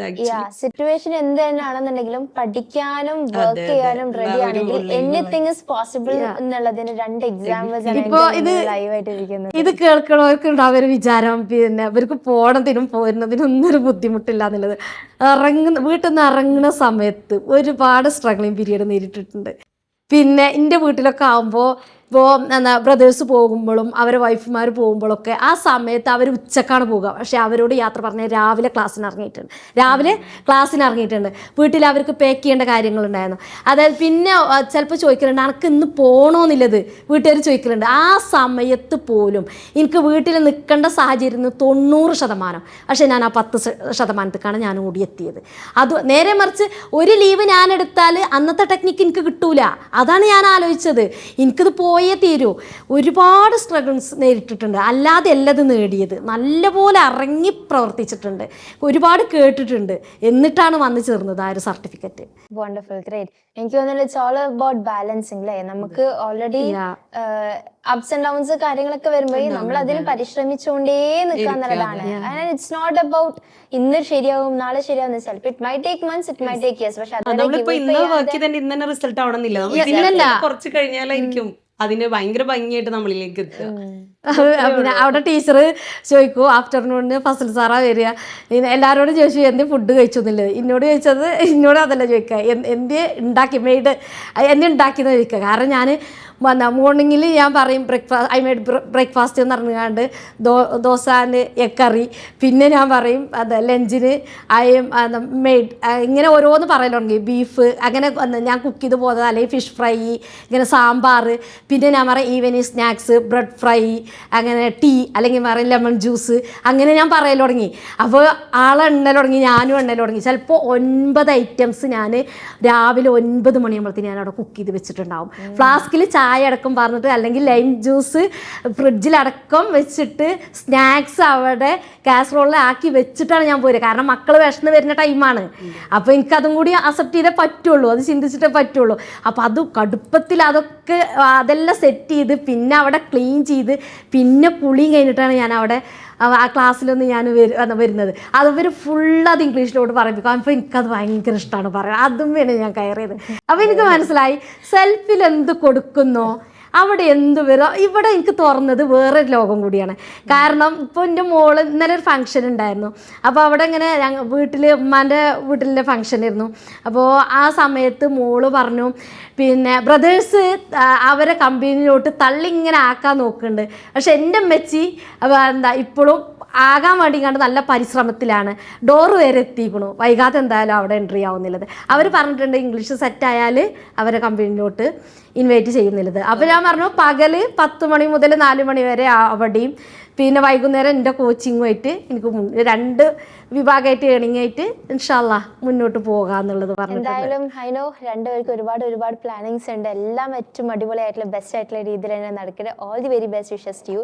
ആൻഡ് ബിഫോർ വി കൺക്ലൂഡ്, ഫൈനലായിട്ട് കോച്ചിങ് എന്നുള്ളതിന് സ്വപ്നം കാണുന്നവർക്ക്, അതിനെ ഏറ്റവും കൂടുതൽ ഉള്ളിൽ കൊണ്ട് നടക്കുന്ന ഒരുപാട് പേര് ഇത് വാച്ച് ചെയ്തുകൊണ്ട് നിൽക്കുന്നുണ്ട്, എന്താണ് 1 ലൈഫ് വിസ്ഡം അല്ലെങ്കിൽ എന്ത് ടേക്ക് അവേ ആണ് അവരോട് ഷെയർ ചെയ്യാനുള്ളത്? ആർക്കും പറയാട്ടോ. റബീബ മാം, റഷീദ്. കോച്ചിങ് ഇപ്പം മെയിനായിട്ട് ഇപ്പം ഞാൻ ഉമ്മമാരെ അല്ലെങ്കിൽ ലേഡീസിനെ അത് ഫോക്കസ് ചെയ്ത് പറയാം. അവർ മെയിനായിട്ട് കാണുന്ന ഒരു എന്താ പറയുക ഹിൻഡ്രൻസ് എന്ന് പറഞ്ഞാൽ മക്കളായിട്ട് എങ്ങനെയായിരിക്കും അത് നടക്കുമോ, അല്ലെങ്കിൽ എന്താണ് പിന്നെ സോഷ്യൽ മീഡിയ, അതൊക്കെ ഭയങ്കരമായിട്ട് ചിലർക്ക് സോഷ്യൽ മീഡിയ ഒരു മെയിൻ ഫാക്ടർ എന്ന് ചിന്തിക്കുന്നവരുണ്ട്. ആക്ച്വലി എനിക്ക് പറയാനുള്ളത്, ഞാൻ ഒരുപാട് സോഷ്യൽ മീഡിയയിലുള്ള ഒരാളല്ല. ഞാൻ അതുപോലെ തന്നെ എൻ്റെ കുട്ടികൾ, എനിക്ക് 5 പേരാണ്. ഇതൊക്കെ വെച്ചിട്ട് തന്നെയാണ് ഞാൻ ചെയ്തിട്ടുള്ളത്. അപ്പം ഞാൻ തുടങ്ങിയത് എൻ്റെ ചുറ്റുവട്ടത്തു നിന്ന് തന്നെയാണ് ഞാൻ തുടങ്ങിയത്. എൻ്റെ ഫാമിലി മീൻസ് എൻ്റെ ഹസ്ബൻഡ് അങ്ങനെ ചുറ്റുവട്ടത്തു നിന്ന് അങ്ങനെ വലുതായ ഒരു ഒരു ഇതിലോട്ട് മാറിയതാണ്. അപ്പോൾ നമുക്ക് എല്ലാം സോഷ്യൽ മീഡിയ, ചിലർക്ക് സോഷ്യൽ മീഡിയ ഒരു ഇതുള്ളവരുണ്ടായിരിക്കാം, അങ്ങനെ ആ വഴി തന്നെ നേടിയാലേ പറ്റൂ എന്നുള്ളതുണ്ടാവും. നമുക്ക് ഏതായാലും നമ്മുടെ ഉള്ളിൽ ആ ഇൻറ്റൻഷൻ ഉണ്ടെങ്കിൽ നമുക്ക് അല്ലേ നമ്മുടെ സിറ്റുവേഷനും ഒക്കെ നോക്കിയിട്ട് തന്നെ ഭംഗിയായിട്ട് കൊണ്ടുപോകാം. നമ്മളെ മക്കളെയും എല്ലാം വെച്ച് ഏറ്റവും നല്ല രീതിയിൽ നമ്മുടെ ഉള്ളിലുള്ള ആ ഒരു ഇൻറ്റൻഷൻ പ്യുവർ ആക്കുക. എങ്കിലെല്ലാം നമ്മളിലൂടെ എത്തേണ്ടത് ആ രീതിയിൽ തന്നെ എത്തിപ്പെടും എന്നുള്ളതിൽ എനിക്ക് അത്രയും ഫെയ്ത്ത് ഉണ്ട്. അതിൻ്റെ ഒരു എക്സാമ്പിൾ തന്നെയാണ് ഞാൻ. Wonderful. Final message from you, what is it? Final message കൊടുക്കാനുള്ളത്, ഇത്രയും ഈ ജീവിതത്തിൽ ഇത്രയും കിട്ടിയ അനുഭവങ്ങളിൽ ഞാൻ കണ്ടൊരു അനുഭവമാണ്. അതായത് ഞാൻ അനുഭവിച്ചതാണ്. അതായത് ഇപ്പോൾ ഞാൻ എന്ന വ്യക്തി നോക്കുകയാണെങ്കിൽ എനിക്ക് കുറേ കുറവുകളുണ്ടാകും. ഇപ്പോൾ ഞാൻ പറയലാണ്, ഒരു നല്ലൊരു പാരൻറ്റിനെ തിരഞ്ഞ് നടക്കുകയാണെന്നുണ്ടെങ്കിൽ അവർക്കും ഉണ്ടാവും കുറവുകൾ, എന്തെങ്കിലും കുറവുകളുണ്ടാവും. പക്ഷെ ഒരു ഭാഗം അധികവും 80% 90% അവർ നല്ല പാരൻ്റ് ആവും. അതുപോലെ തന്നെ നല്ലൊരു വ്യക്തിയെ തരികയാണെന്നുണ്ടെങ്കിലും അവർക്കും ഉണ്ടാവും കുറവുകൾ, പക്ഷേ അധികവും നല്ല പോസിറ്റീവ് സൈഡായിരിക്കും. അതുപോലെ തന്നെ ഞാൻ ഇംഗ്ലീഷ് പഠിച്ചുകൊണ്ടിരിക്കുമ്പോൾ മനസ്സിലാക്കിയൊരു കാര്യമാണ്, ഫുള്ളി എല്ലാം അറിഞ്ഞൊരു ഇംഗ്ലീഷ് ട്രെയിനറെ തിരഞ്ഞാൽ പ്രയാസമാവും. അയാളോട് ചോദിക്കുകയാണ്, ഒരു വേർഡ് ചോദിക്കുകയാണ്, ചിലപ്പോൾ അയാൾക്ക് ഗൂഗിളിൽ സെർച്ച് ചെയ്യേണ്ടി വരും. അതും വരും. അപ്പോൾ ആദ്യം എന്താ ചെയ്യേണ്ടത്, കുറവുകളോട് കൂടി തന്നെ നമ്മളെ ഇഷ്ടപ്പെടുക. കുറവുകളുണ്ടാവും, എല്ലാം തികഞ്ഞിട്ട് ഇറങ്ങാമെന്ന് വിചാരിച്ചാൽ അത് നടക്കണ കാര്യമല്ല. പിന്നെ നമ്മളെ പല കുറവുകളും മൈനസുകളും നമ്മൾ മായ്ക്കപ്പെടുന്നത് നമ്മൾ അറിയാതെ ആദ്യം നമ്മൾ അറിയും, പിന്നെ അറിയാതെ പോകുന്നൊരു മേഖല ഉണ്ട്. എപ്പോഴാണെന്നറിയോ, നമ്മളിതിലോട്ട് ഇറങ്ങുമ്പോൾ പലതും നമുക്ക് പല കുറവുകളും ചിലപ്പോൾ നമ്മളത് കുറച്ച് കഴിയുമ്പോൾ മറന്നു പോയിട്ടുണ്ടാകും. അത് പോകും നമ്മളെ ജീവിതത്തിൽ നിന്ന്. അങ്ങനെ നോക്കുകയാണെന്നുണ്ടെങ്കിൽ ആദ്യം നമുക്കുണ്ടാവും കുറവുകൾ, നമ്മൾ അതേപോലെ നമ്മളെ സ്നേഹിക്കുക, എല്ലാം ആക്സെപ്റ്റ് ചെയ്യുക. എല്ലാം തികഞ്ഞിട്ട് കോച്ചിങ് മേഖലയാണെങ്കിലും ഏതൊരു മേഖലയാണെങ്കിലും ഇറങ്ങാമെന്ന് വിചാരിച്ചാൽ ഇറ്റ്സ് നോട്ട് പോസിബിൾ, നടക്കണ കാര്യമല്ല. അതുകൊണ്ട് ഇപ്പം എന്താണ് ഉദ്ദേശിക്കുന്നത്, എന്താണ് കയ്യില്ല അത് വെച്ചിറങ്ങുക. അതെ, ഞാൻ GCDPക്ക് ഇറങ്ങുന്ന സമയത്ത്, ഞാൻ പറയുന്ന സമയത്ത് 3 രൂപ പോലും കയ്യിലെടുക്കാനുണ്ടായിരുന്നില്ല. ആ സമയത്താണ് അത്ര ഒരു ഹ്യൂജ് എമൗണ്ട് കെട്ടിയിട്ട് ഞാൻ GCDP ചെയ്തത്. കാരണം അങ്ങനെ ഞാൻ ചിന്തിക്കുകയാണെന്നുണ്ടെങ്കിൽ ഞാനൊന്നും കൊച്ചാവൂല. അതുകൊണ്ട് അവർ തേടുന്നത് ഫിനാൻഷ്യലി ആവാം, മെൻ്റലി ആവാം, പിന്നെ ഫിസിക്കലി ഈ പറഞ്ഞ പോലെ മക്കളെടുത്ത് ആരാണ് അങ്ങനെ ആവാം, എനിക്ക് കുറച്ച് ഉണ്ട് എന്നാവാം. അതൊക്കെ ആദ്യം അക്സെപ്റ്റ് ചെയ്തേ പറ്റൂ. അങ്ങനെ ആവാം, അത് അക്സെപ്റ്റ് ചെയ്തേ പറ്റൂ. പക്ഷേ നിങ്ങളൊരു സ്റ്റെപ്പ് എടുത്ത് വെച്ച് നോക്കി, ഒരു സ്റ്റെപ്പ് മതി നമ്മളൊരു കോൺഫിഡൻസിനായി. അതുമായി മുന്നോട്ട് പോകുമ്പോൾ എല്ലാം അവിടെ പോസിറ്റീവ് സൈഡായി വരും. അത്രയേ ഉള്ളൂ പറയാനുള്ളത്. നിങ്ങൾ ഇറങ്ങിയാൽ മതി. അതെ, we start to walk the way appears Rumi പറഞ്ഞ പോലെ തന്നെ ഫുള്ളി സെൽഫിനെ ആക്സെപ്റ്റ് ചെയ്യാം, സെൽഫിൽ ഫുൾ പവറിൽ നിന്നുകൊണ്ട് തന്നെ ബാക്കി നമ്മൾ ഇറങ്ങാന്നുള്ളത് അവിടെ. അപ്പൊ എന്തായാലും thank you so much everyone, thank you so much both of you. ഭയങ്കര രസകരമായിട്ടുള്ള റിയൽ പവർഫുൾ സ്റ്റോറീസ് ആയിരുന്നു, എക്സാമ്പിൾസ് ആയിരുന്നു കേട്ടോണ്ടിരുന്നത്. and I'm very grateful to have you here. So thank you so much. Thank you ശരി thank you ഇത്രയും നേരം ഞങ്ങളെ കേട്ടിരുന്നതിന്. Obviously, it was ഇങ്ങനെ invite such a huge ചെയ്യുന്നതിനും. pleasure hearing. Okay, Thank you. Thank you thank you.